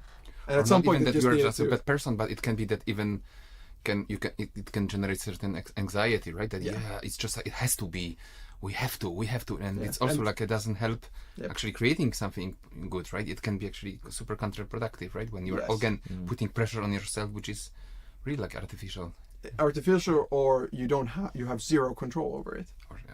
There's no way of you to actually having control over it, so you're having anxiety over something that you can't control in any way. Well, I mean, you can to a certain degree by having great process and great people, and That's the only thing you can control, so that's where your focus should be. Yes. exactly. And the other is it's out of your control. yeah, that's a great one. Yeah, I mean, entrepreneurship is actually a super interesting topic, right? And and even though I don't think anyone here has like considered themselves an entrepreneur in a way, it's just like we just started working suddenly and and we suddenly had a business. It wasn't like now I'm an entrepreneur and this is how you build a company. No, everything was very much like growth by need. Oh, now we need another developer now because this would be a lot easier to do this. Okay, another developer. Oh, would be nice to have a UX designer now. Okay, UX designer now. It's very much. It's not something like, oh, in 3 years we're gonna be 15 people.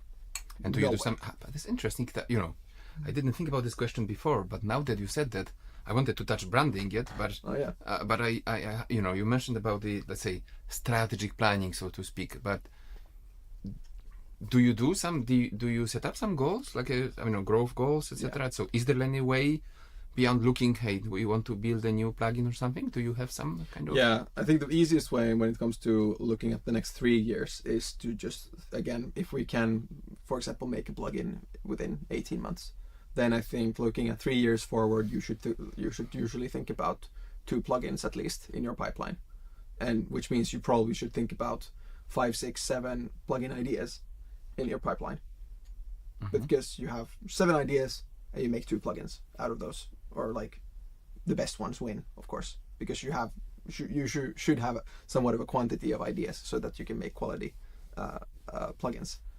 So it's something where we have more time, or I'm at least, and sooner or later I'm gonna have more time to also focus on maybe even further strategic goals like that, and also having these we have a conversation plan where we can actually talk about looking forward, like what do we expect growth wise?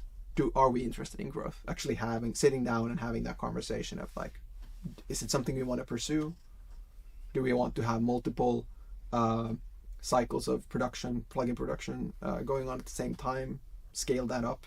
That was also about to ask, because actually even taught classes in the past, because I saw it can be a challenge for companies. I mean, like a product manager by sort of education and experience, that if you have multiple products and they are each in a very different stage of their life cycle, now it can be, how to call it, like a cannibalize itself, right? Yes. You need to have a special scale, I don't know, some kind of scale, agile, whatever, like adjusted to your specific needs. Swim lanes, yeah. I would probably think about it somehow, that it's very clear for people to see where in the product development cycle you are with one plugin, and then hopefully everyone don't need to switch between them. You have a few specific people that are working only on this, and a few specific people working only on that, and then some other people that might be switching between them, so that you at least have a product owner or a product lead or a product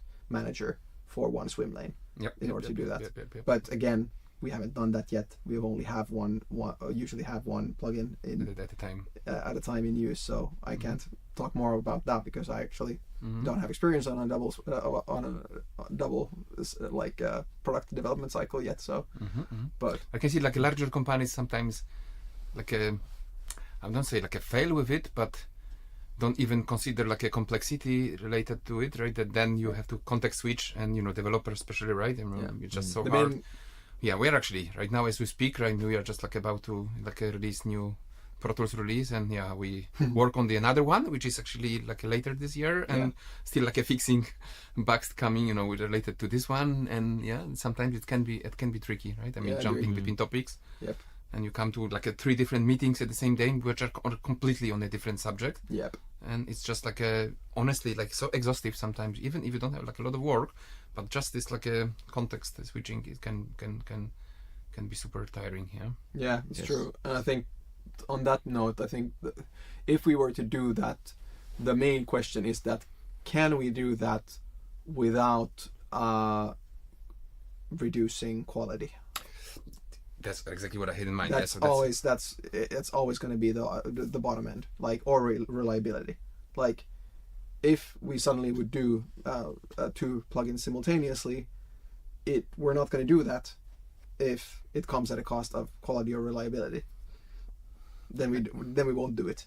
So I can already tell you from experience, and I mean talking to multiple like larger companies and doing actually myself, that everybody underestimate, everybody I knew and so like the principle number 1 of portfolio management is you always going to underestimate resourcing, right? So you will say, we'll handle this, right? And then context switching, people are tired and something gets sort of, okay, we have to make trade-offs, right? These bugs are not going to be fixed, right? For the release, we'll do like some dot release later, that's always the challenge. Yeah, you need a contingency and you need extra resources always, some extra resources. Yeah.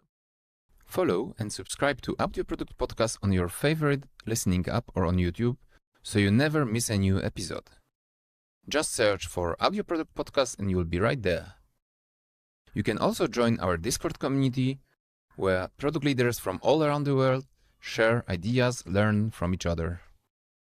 And if you enjoy the show, you can support us on Buy Me a Coffee by searching for Audio Podcast. Our loyal listeners get access to extra materials and bonus content as a thank you for their support. All the links are in the description. Now, let's get back to the episode. Okay, so I would like to ask still about the branding, right? Because you mentioned that it's like an important part. I understand that plugins themselves, they just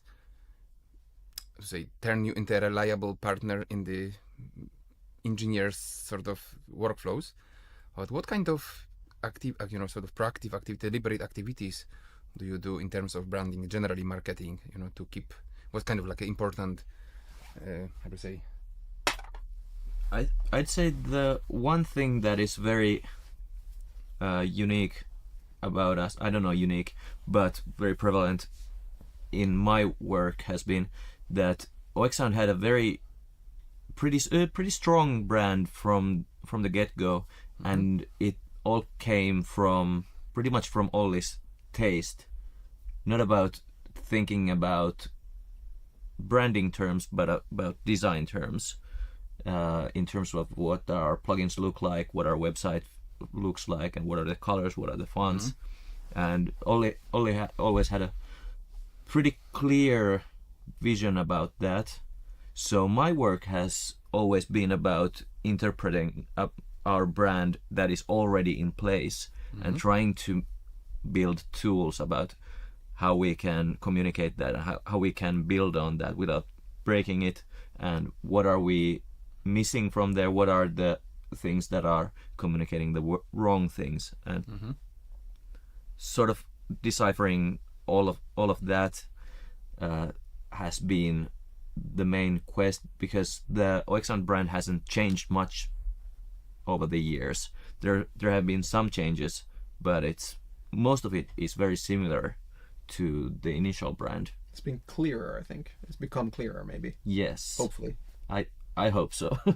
Exactly. And so that's been a big part of the journey from the design into a more managed brand. That's one thing I'd say about that. But in terms of advertising, it's always been very minimal, I'd say, because we don't use our mailing list that much. We've always done social media marketing, but a lot of that has been focused on the discount periods. So maybe 5 days here and 5 days here, and that's the whole year in advertising. And then we've done a lot of print ads. That's always been more about sort of communicating the brand more so than the products. It's also, of course, about reminding about these products, and they're fun to see when you're in a studio and going through a magazine like Sound on Sound or Mix magazine. So yeah, that's sort of been what we've historically done. And of course now recently we've gone more into creating our own content, Oh yeah, we've been working with a lot of content creators over the years as well. When you mean like content creators, you mean?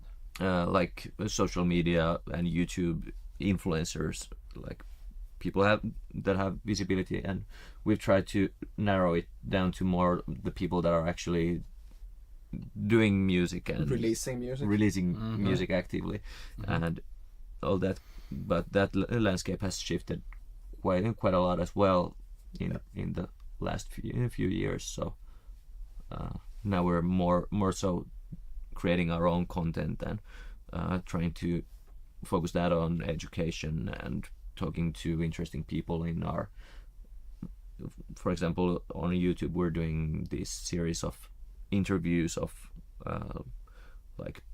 audio engineers, mastering engineers, and that's been very interesting.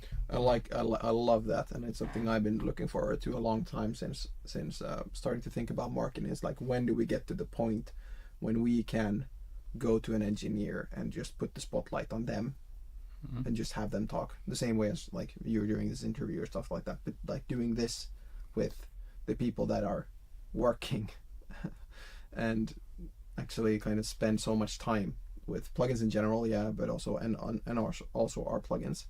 And those conversations can range quite widely. It doesn't have to be only about our stuff, but it can also just be about workflow or how they like to work, and or some funny stories or whatever it is. Their background, it's all interesting. I think it's all like worth sharing in a sense, because it's always nice to also see where we come in. Again, of like knowing that when it's the right time for you to, for example, become a user of a plugin that we have, of hearing when someone else got introduced to it, for example. It kind of lets you in on the like, okay, that was the right moment for them, and that was the right moment for them, so what could be a right moment for me? And just learning, just teaching, and having like this kind of helping out in this mentorship role of like, hey, you can watch these videos, and that way you can feel like you have some mentors that are helping you understand stuff. And this more. open, unscripted at least open question conversations are super interesting, because sometimes they can go like in a very interesting way, right? You are not going according to the specific script, but person actually reveal certain things. Yeah, like especially you say when we come in, especially in the Midi Jones interview where he walked us through a production of a Hayden Henderson song, hearing his ideas like when in the production process we come in. Yes, exactly. That was very interesting to hear as well. Like at this point I needed to get this from this track, so I used Bloom on this. Yep. That kind of stories are very, very interesting to me, both professionally at oeksound, but also as an audio engineer, to hear like, oh, that's how you work. Yeah. So I always exactly love that kind of content. I know what you mean. I mean, I think 2-3 episodes back, I interviewed Andrew Sheps, and also to talk to Andrew, I just learn a lot of his older videos, etc. He's such a cool guy. I think he's the best teacher in this space, in the audio space. I think every time he opens his mouth and says something, there's knowledge there, and it's packaged in such a clear way that you immediately understand like the lesson that he just taught you. Every time I've been to so many of his talks, and I've seen so many of his videos, and he is one of the best when it comes to explaining things. But also interesting stories and anecdotes, etc. It's just so cool. We actually spoke on a bit different context, because I wasn't talking about mixing, more he has this Bounce Factory, which is this and he was just releasing the new it was actually bundled with Pro Tools, so we made a video on this occasion.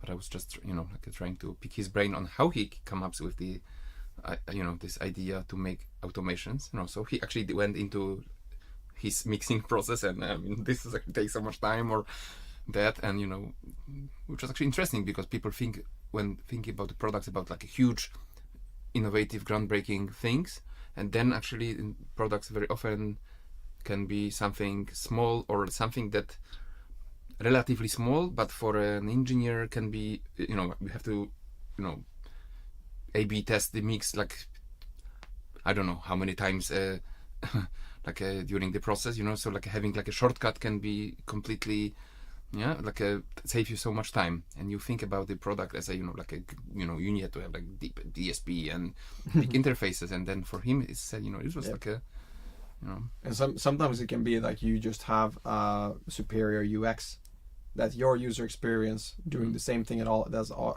other plugins is doing is just better than everyone else. That's completely valid. It's an amazing reason to release a plugin if you just did the UX better than everyone else. And I think that's also worth going after if that's something you're good at. True, absolutely. Can you guys say where did the name oeksound come from? How, you know, was the origin? Yeah, it's kind of I think because it was Olli who created it.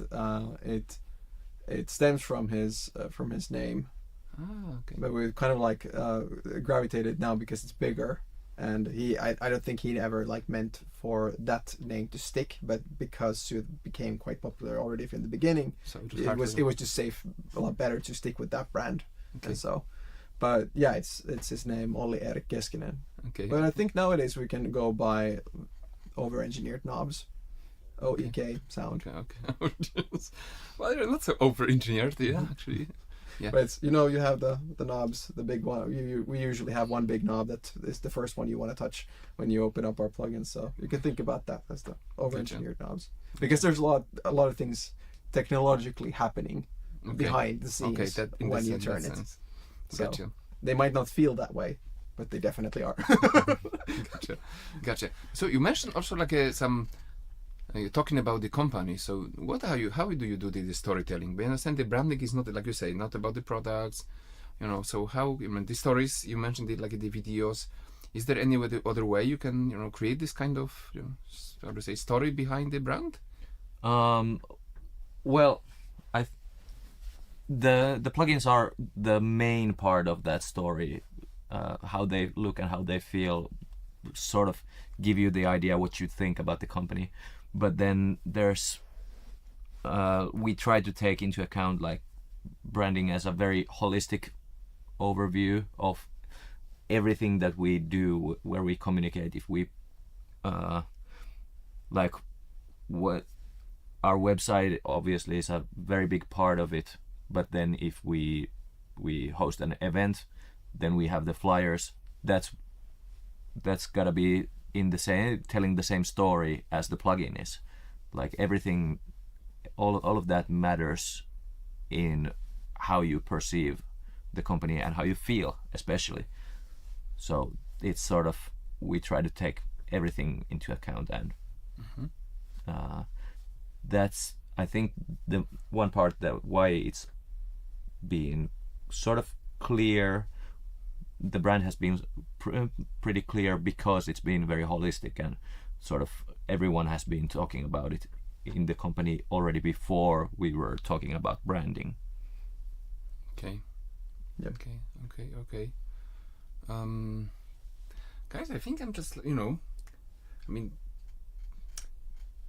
maybe like a last final question. So, I mean, we already touched about this, but I mean, if you can spill a little bit, you know, so what's upside of the Soothe 3, which is, you know, like in the process of like a launch as this podcast is being aired, and like an outlook for the future? Can you like reveal a little bit what's, you know, like what are your also like, I mean, not specifically for that plugin. I understand that your strategy is just not to like show too early.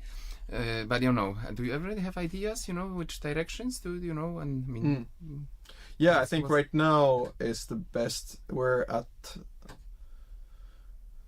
the stage in our product development cycle that because Soothe 3 is getting released, that we're already working on the next proof of concepts. Because again, our vision owners are freed up because we've already decided on what the plugin is, and it's just like now rigorous testing, QA, making sure that the last features that we put in there are working as intended, more testing, and then which means that our vision owners are already working on the next thing.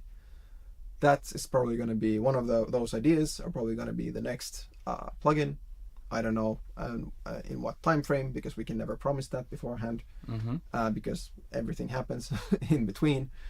And so, but then at the same time, we will be looking at do we want to, for example, expand on the brand storyline side, or do we want to, again, we were talking about this, are we able to maintain a parallel product development cycle and actually work on something else at the same time without sacrificing quality or reliability? And that's, I think, where we're at the moment in my life, at least. And yeah, how does it look on the marketing side? Quite similar, like especially at this stage we're at the busiest with the release, so we're sort of very much in tunnel vision and looking at the next 4 weeks, but I'm definitely right now I'm trying to sort of ease out zoom out a little bit and see what's next. And we have some kind of projects that we're gonna do and everything, but it's more about project based than anything like bigger picture moves in that sense.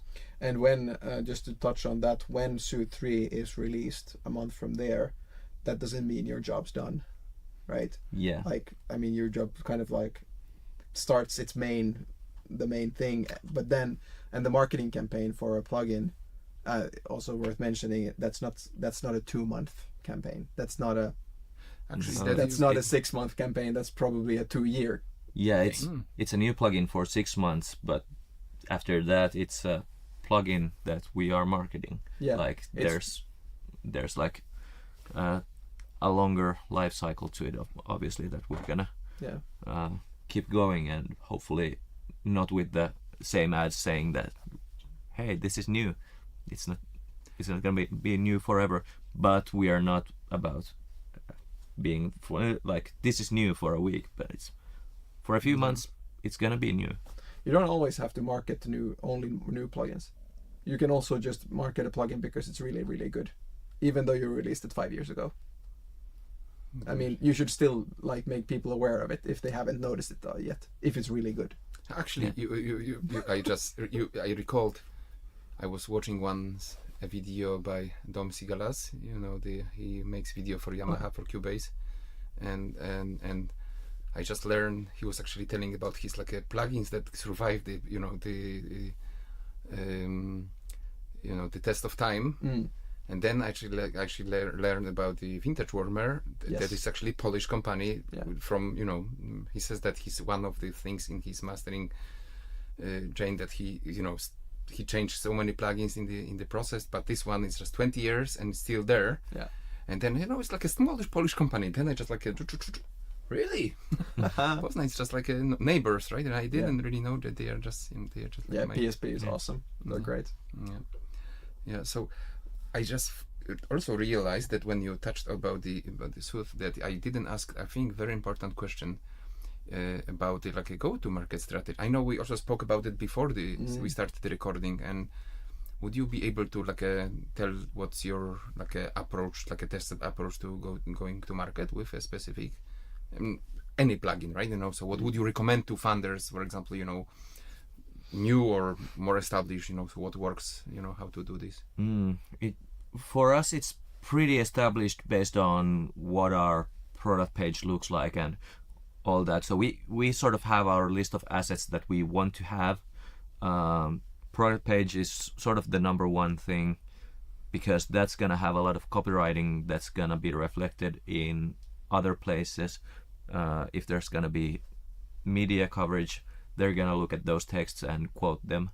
So that's one of the main things for us, having those screenshots of the UI there and then like all the copywriting about what is it, what is the plugin.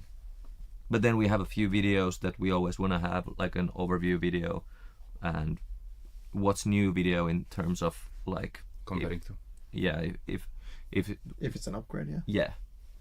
And then there's if we want to do PR, we do. So we need a press release, which is gonna reflect a lot of the same text from the product page. And but still needs to be different. It needs to be different. But and same but different. Yeah. But the press release, because that gets copy pasted. That's probably Yes. usually it's like word by word copy pasted, not quoted in a way. Just like they use different wording. Yeah, so we try to make our press releases very much read like a media article. So we don't make claims there. We actually never make claims about. No, we don't. In general, we just never make claims. Yeah, we don't call our plugins amazing or even good. Groundbreaking or revolutionary. Revolutionary. Yeah, but especially on press releases, we're very, very objective, and if we want to make a claim, we make it a quote. Like One this of us guy has said. said it. Yeah, exactly. So that's one thing to consider. And then there's advertising. We need to have ads. Usually, especially now, we want to have print ads, which means bigger static ads. We want to make online banner ads. Those are smaller, need to be very different concept than a big print ad. And then maybe some video ads as well, to have on Instagram and Facebook. Testimonials. Yeah, testimonials they're a big one, and especially thankfully we have a big beta testing team or group, and we have a lot of like people that people trust on there, so we can get actual testimonials from people that are already using the plugin. That's very helpful for us, and we can put those on our website. Or we don't want testimonials for somebody that has tried our plugin for 2 days. Like we want somebody in the beta team that has been there for 3 months, you know, and it's like still has seen what from where we started and where we are, and it's like, yes, I feel so happy to finally be able to put this in my permanent like toolbox of tools that I want to use every day. And then we want testimonials from them to show like, okay, it's in these contexts. And usually when we approach testimonials, we want some kind of a scenario in there, or kind of like where do you use it, or the workflow, you know. So you also get a tip like when would you want to use it. I know exactly. Yeah. Instead of getting groundbreaking, revolutionary, and that you can sprinkle that in there in between, but there should also be some kind of like some context. Sprinkle in between. Some magic powder. And I mean, if it's a quote, they can say whatever they want about the plugin, and we can still quote them on it. But it's not supposed to. It's supposed to be their words, not ours. Anyways. Absolutely, gotcha. But these are assets, right? And how about the process? The whole process of our go-to-market. If you can, I mean. There's a lot. Like everything starts with understanding what the product is and what do we want to. What's the most important thing that we want to say about it, and then sort of trying to make that into something we can communicate. And if we can do it visually, that's perfect. If we need to use words, how many words do we need to use? Do we need to write an essay before someone understands what we're trying to say? Like trying to condense that to as clear and something we can communicate as easily as possible. That's the main struggle, because we try to make plugins that we trust. So we need our processes, we need the people to understand what it does and how they would use it, and then they make the decision if they want to use it. But if it's a complex tool, then we really need to work on our messaging to make it clear. And it's hard, and I know how hard to speak in a simple, I mean, short language, concise words, right, about something complex, you know, and then. Yep. Yes, and especially Bloom was a very difficult thing with this because it's such a I feel unique might be overstating, but I feel like it's such a unique thing that we struggled quite a lot on how we want to communicate what it does, and I think we did a pretty good job, but yeah, and now we see kind of the same thing with Bloom as with other our plugins, that it's people are getting to know it now still, like after 2 years of being out. It's still spreading. Late bloomer. Like bloomer. Yeah, and I think that's the word of mouth doing its job. It's like, oh, it stayed on these projects, and then people tell other people like, yeah, I'm still using this, and it comes up in like a, where was it, like a Rick Beato interview with Zed or something like that, and just like, oh, he uses it, and then you kind of like start hearing it here and there, the same way as it happened with Soothe, which is pretty kind of like fun that it still goes the same way. But yeah, we really need to focus a lot. You can speed up that process if the communication is a bit more, again, like concise and immediate and stuff like that. You can make people understand it even as much as possible before they even try it, right? Yeah. Mm-hmm. So okay, so that's that, assets and communication, concise communication. And you know, I'm very interested about for how long do you promote, when do you start, you know, some kind of like a visualize it on the timeline, so you know somebody can get. I understand you cannot get like a simple playbook, but you know, make it somehow. Yeah, well, the first week is essential, obviously. Like we don't do any like we might do something, but our pre-marketing is very minimal. But everything starts when it's released, and then it's a lot about this is out, this is new. But because it's especially that's what we're doing with Soothe, because we're marketing it to people who are using Soothe too, so they need to know it's out there. That's as simple a message as it gets. But obviously if we had a completely new product, our whole game plan would be different. But then it shifts slowly over time into more like similar to what we've done with Soothe 2 or our other products. It's like this product, this is what it does, this is the benefit. That kind of campaigning comes later, probably 1 or 2 months later, and overlaps with that this is new kind of theme, and all of that kind of transforms over time, but it's gonna last for years in like essentially. Yeah, we of course, because of the reliability angle, we want to be able to also have plugins that we do market for years, that are worth marketing for years. And that so far our portfolio of plugins is so that we can still like market Spiff, we can still market Bloom, we can still market Soothe. They're all worth marketing. They're still worth using very much. They have not become like not irrelevant in that sense. I think especially Spiff has been having a real renaissance moment. Yeah, that's so Spiff 2018, we're that is now like increasing in users. Like that's. Can you say? Do you know why? What's the reason that it's actually got such a renaissance? Word of mouth. Word of mouth. Yeah. Right. People talking about it. It's showing up on specific videos here and there.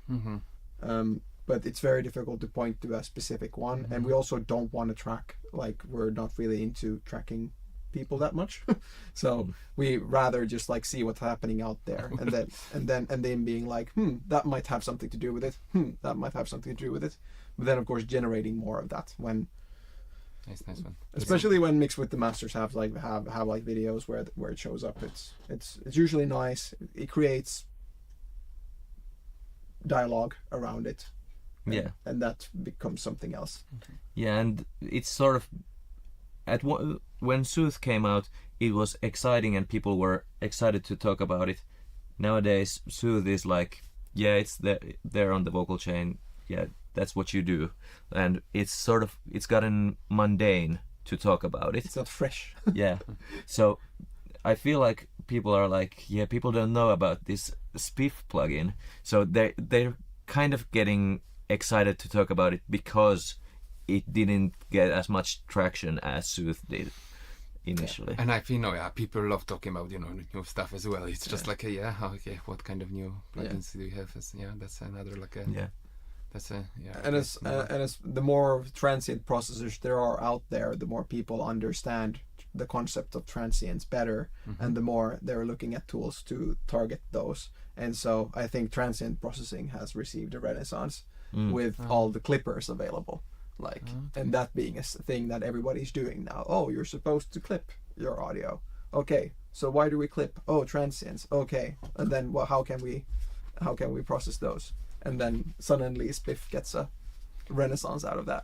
Yeah, I understand that. Gotcha, guys. So really, this one should be a closing one.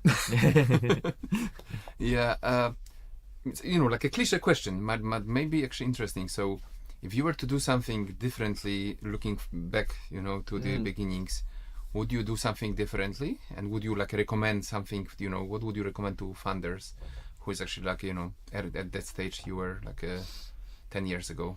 Well, if I would have had time, and please, if you have an answer to this already, please jump in, because no, go ahead. Okay. Let's see. I'm just thinking back to, again, are you talking about if Soothe were to come out again in 2016 or now 2026? Because I can't answer what I would do differently now in 2026, but I can say what I would do differently back in 2016, which is differently, or 2017 when I joined.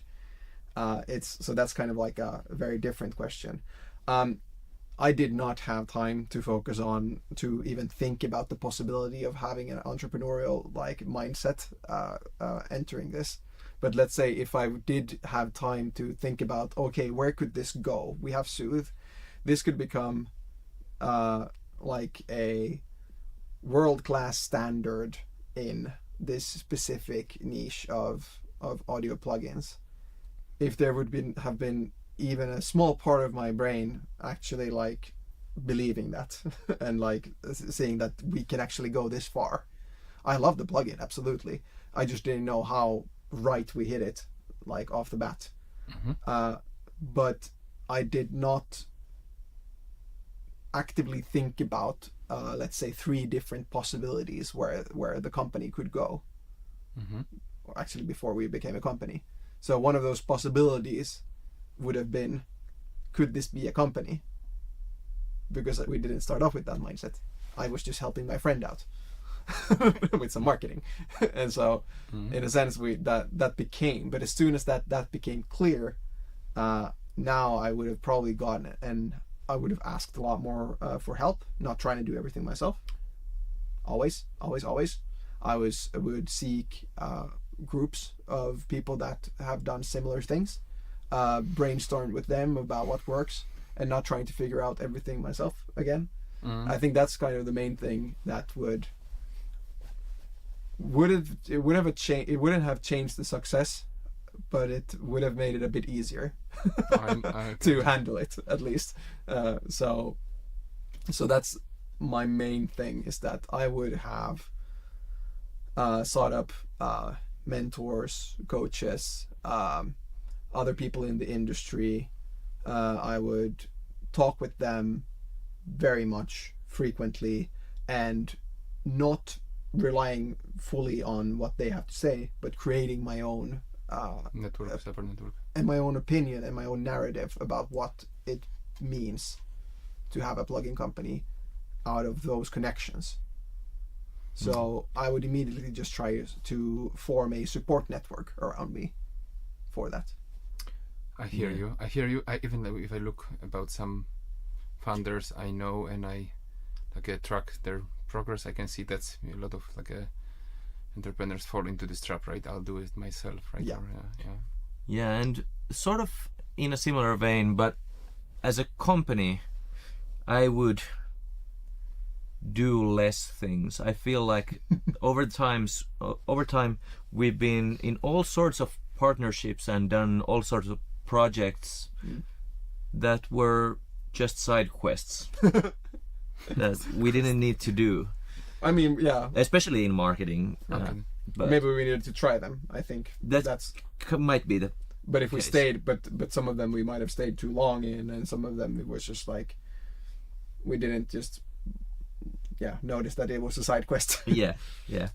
Some side quests are nice and are worth it, and we actually learn something from them. But then there are a lot that just like, hey, just keep it simple. That is now eating someone's time Yeah. a lot, and it doesn't really.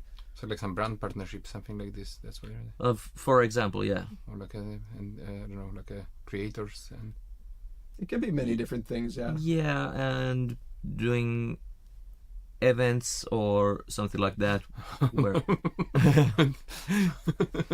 Some of them are good. Some of them are depends. not so good. But for example, if we want to increase our sales, doing an event at our office is not the way. Yeah. Like in-person events in a global digital business might not be as fruitful as you hope For sales. for sales. Exactly. But then they're fruitful for completely different other things that will later in time might generate something that might look like sales. Yeah. So I think that's employer branding, stuff like this. everything like that. Very much so, and even just cultivating the industry in a small country like Finland Yep. might be a worthwhile Yeah, just reason. like giving back to the community. I mean, at least knowing exactly what is the intention or the purpose of specific activities that you do, not to hope that something that doesn't have a chance to be a sales channel. Just be clear about what it does. Yeah, I know. I But understand. you're actually touching a good point with for example, the audio product jam of an event like that, where you have people interested in creating something in this space, in the plugin space, actually having a place to come together and meeting other people that might have the other things. That goes back to what I talked about support. I would have loved to have that support network. I would have loved to have something like this event back when I started, because I was a bit lonely, like with doing that on my own and just pretty much just using the internet to figure out what I was supposed to do. And so actually having other people to talk with and meeting. I mean, imagine if like Ollie wouldn't have asked me to kind of like, hey, can you help out a bit with marketing stuff? And if he would have tried to continue doing everything himself, that would have been rough, I think. And I think you should ask friends to help. You should ask people around you to help and join in on what you're building. And it's also, you're very fortunate, right? Because at least from my experience, it's not always easy to form. I mean, probably the hardest part is actually to find this like a right group of people who not only have the passion and the skill and they get along as well, Yes. very well, because I had actually had a startup and people actually argued so much. We're still friends. The funny thing is, the only they didn't get along very well, right? And sometimes stubborn, and big-headed, and And sometimes starting a business with your friends is like the worst idea possible, because you're way too explicit with your language and you're way too rough. So as soon as you have an outsider coming in, that's going to sound a bit weird when you don't sound like a good person always when you talk to your friends, because you want to get to the point fast. True. And that's not constructive language. Yeah. Well, thank you for saying this. That's exactly why I do it. I mean, like you remember, I mentioned before we started the recording that that it started from just one or two conversations that people liked on the internet. They say, hey, I wish I had something like this. Or I still see people coming, like in Berlin, there were people coming who actually started their own company, and I'm a developer, I'm working 4 days at I'm doing this, I'm looking for some resources to And I mean, I even see people getting some job, you know, in the industry because of it, you know. So it's just like I don't know where it's heading, honestly, but I mean, just like doing it here and there, you know, it's, as long as it delivers value. But it's a great help. I think, of course, this podcast and your events are a great help to the industry, and that it is definitely needed. Yeah. So like some way to give back Yeah. to the community a little bit, and we'll see, right? I'm just like feeling a little bit like it's obviously not a plugin, but I mean, when you talk about the story of oeksound, the beginnings, you know, I just like feel a little bit like that, you know, just like okay, it's just something, all right. Now what, you know? Yep. And like people say, hey, come to Stockholm, come to Berlin, come to New York, right? And that's like, oh, okay, you know. Yep. We'll see. Anyway, thank you very much, guys. You know, I really Thank you appreciate so much. Thank you. Yeah. Thank you for listening to this episode. I hope you liked it. You can find us on Spotify, Apple Podcast, and of course on our YouTube channel. Make sure to subscribe to it and hit the bell, because we publish a lot of interesting videos there, not just the episodes. You can also become a supporter and get premium content like additional reading, unpublished videos on our Buy Me a Coffee page, linked in the description of this episode. See you in the next one. Yo.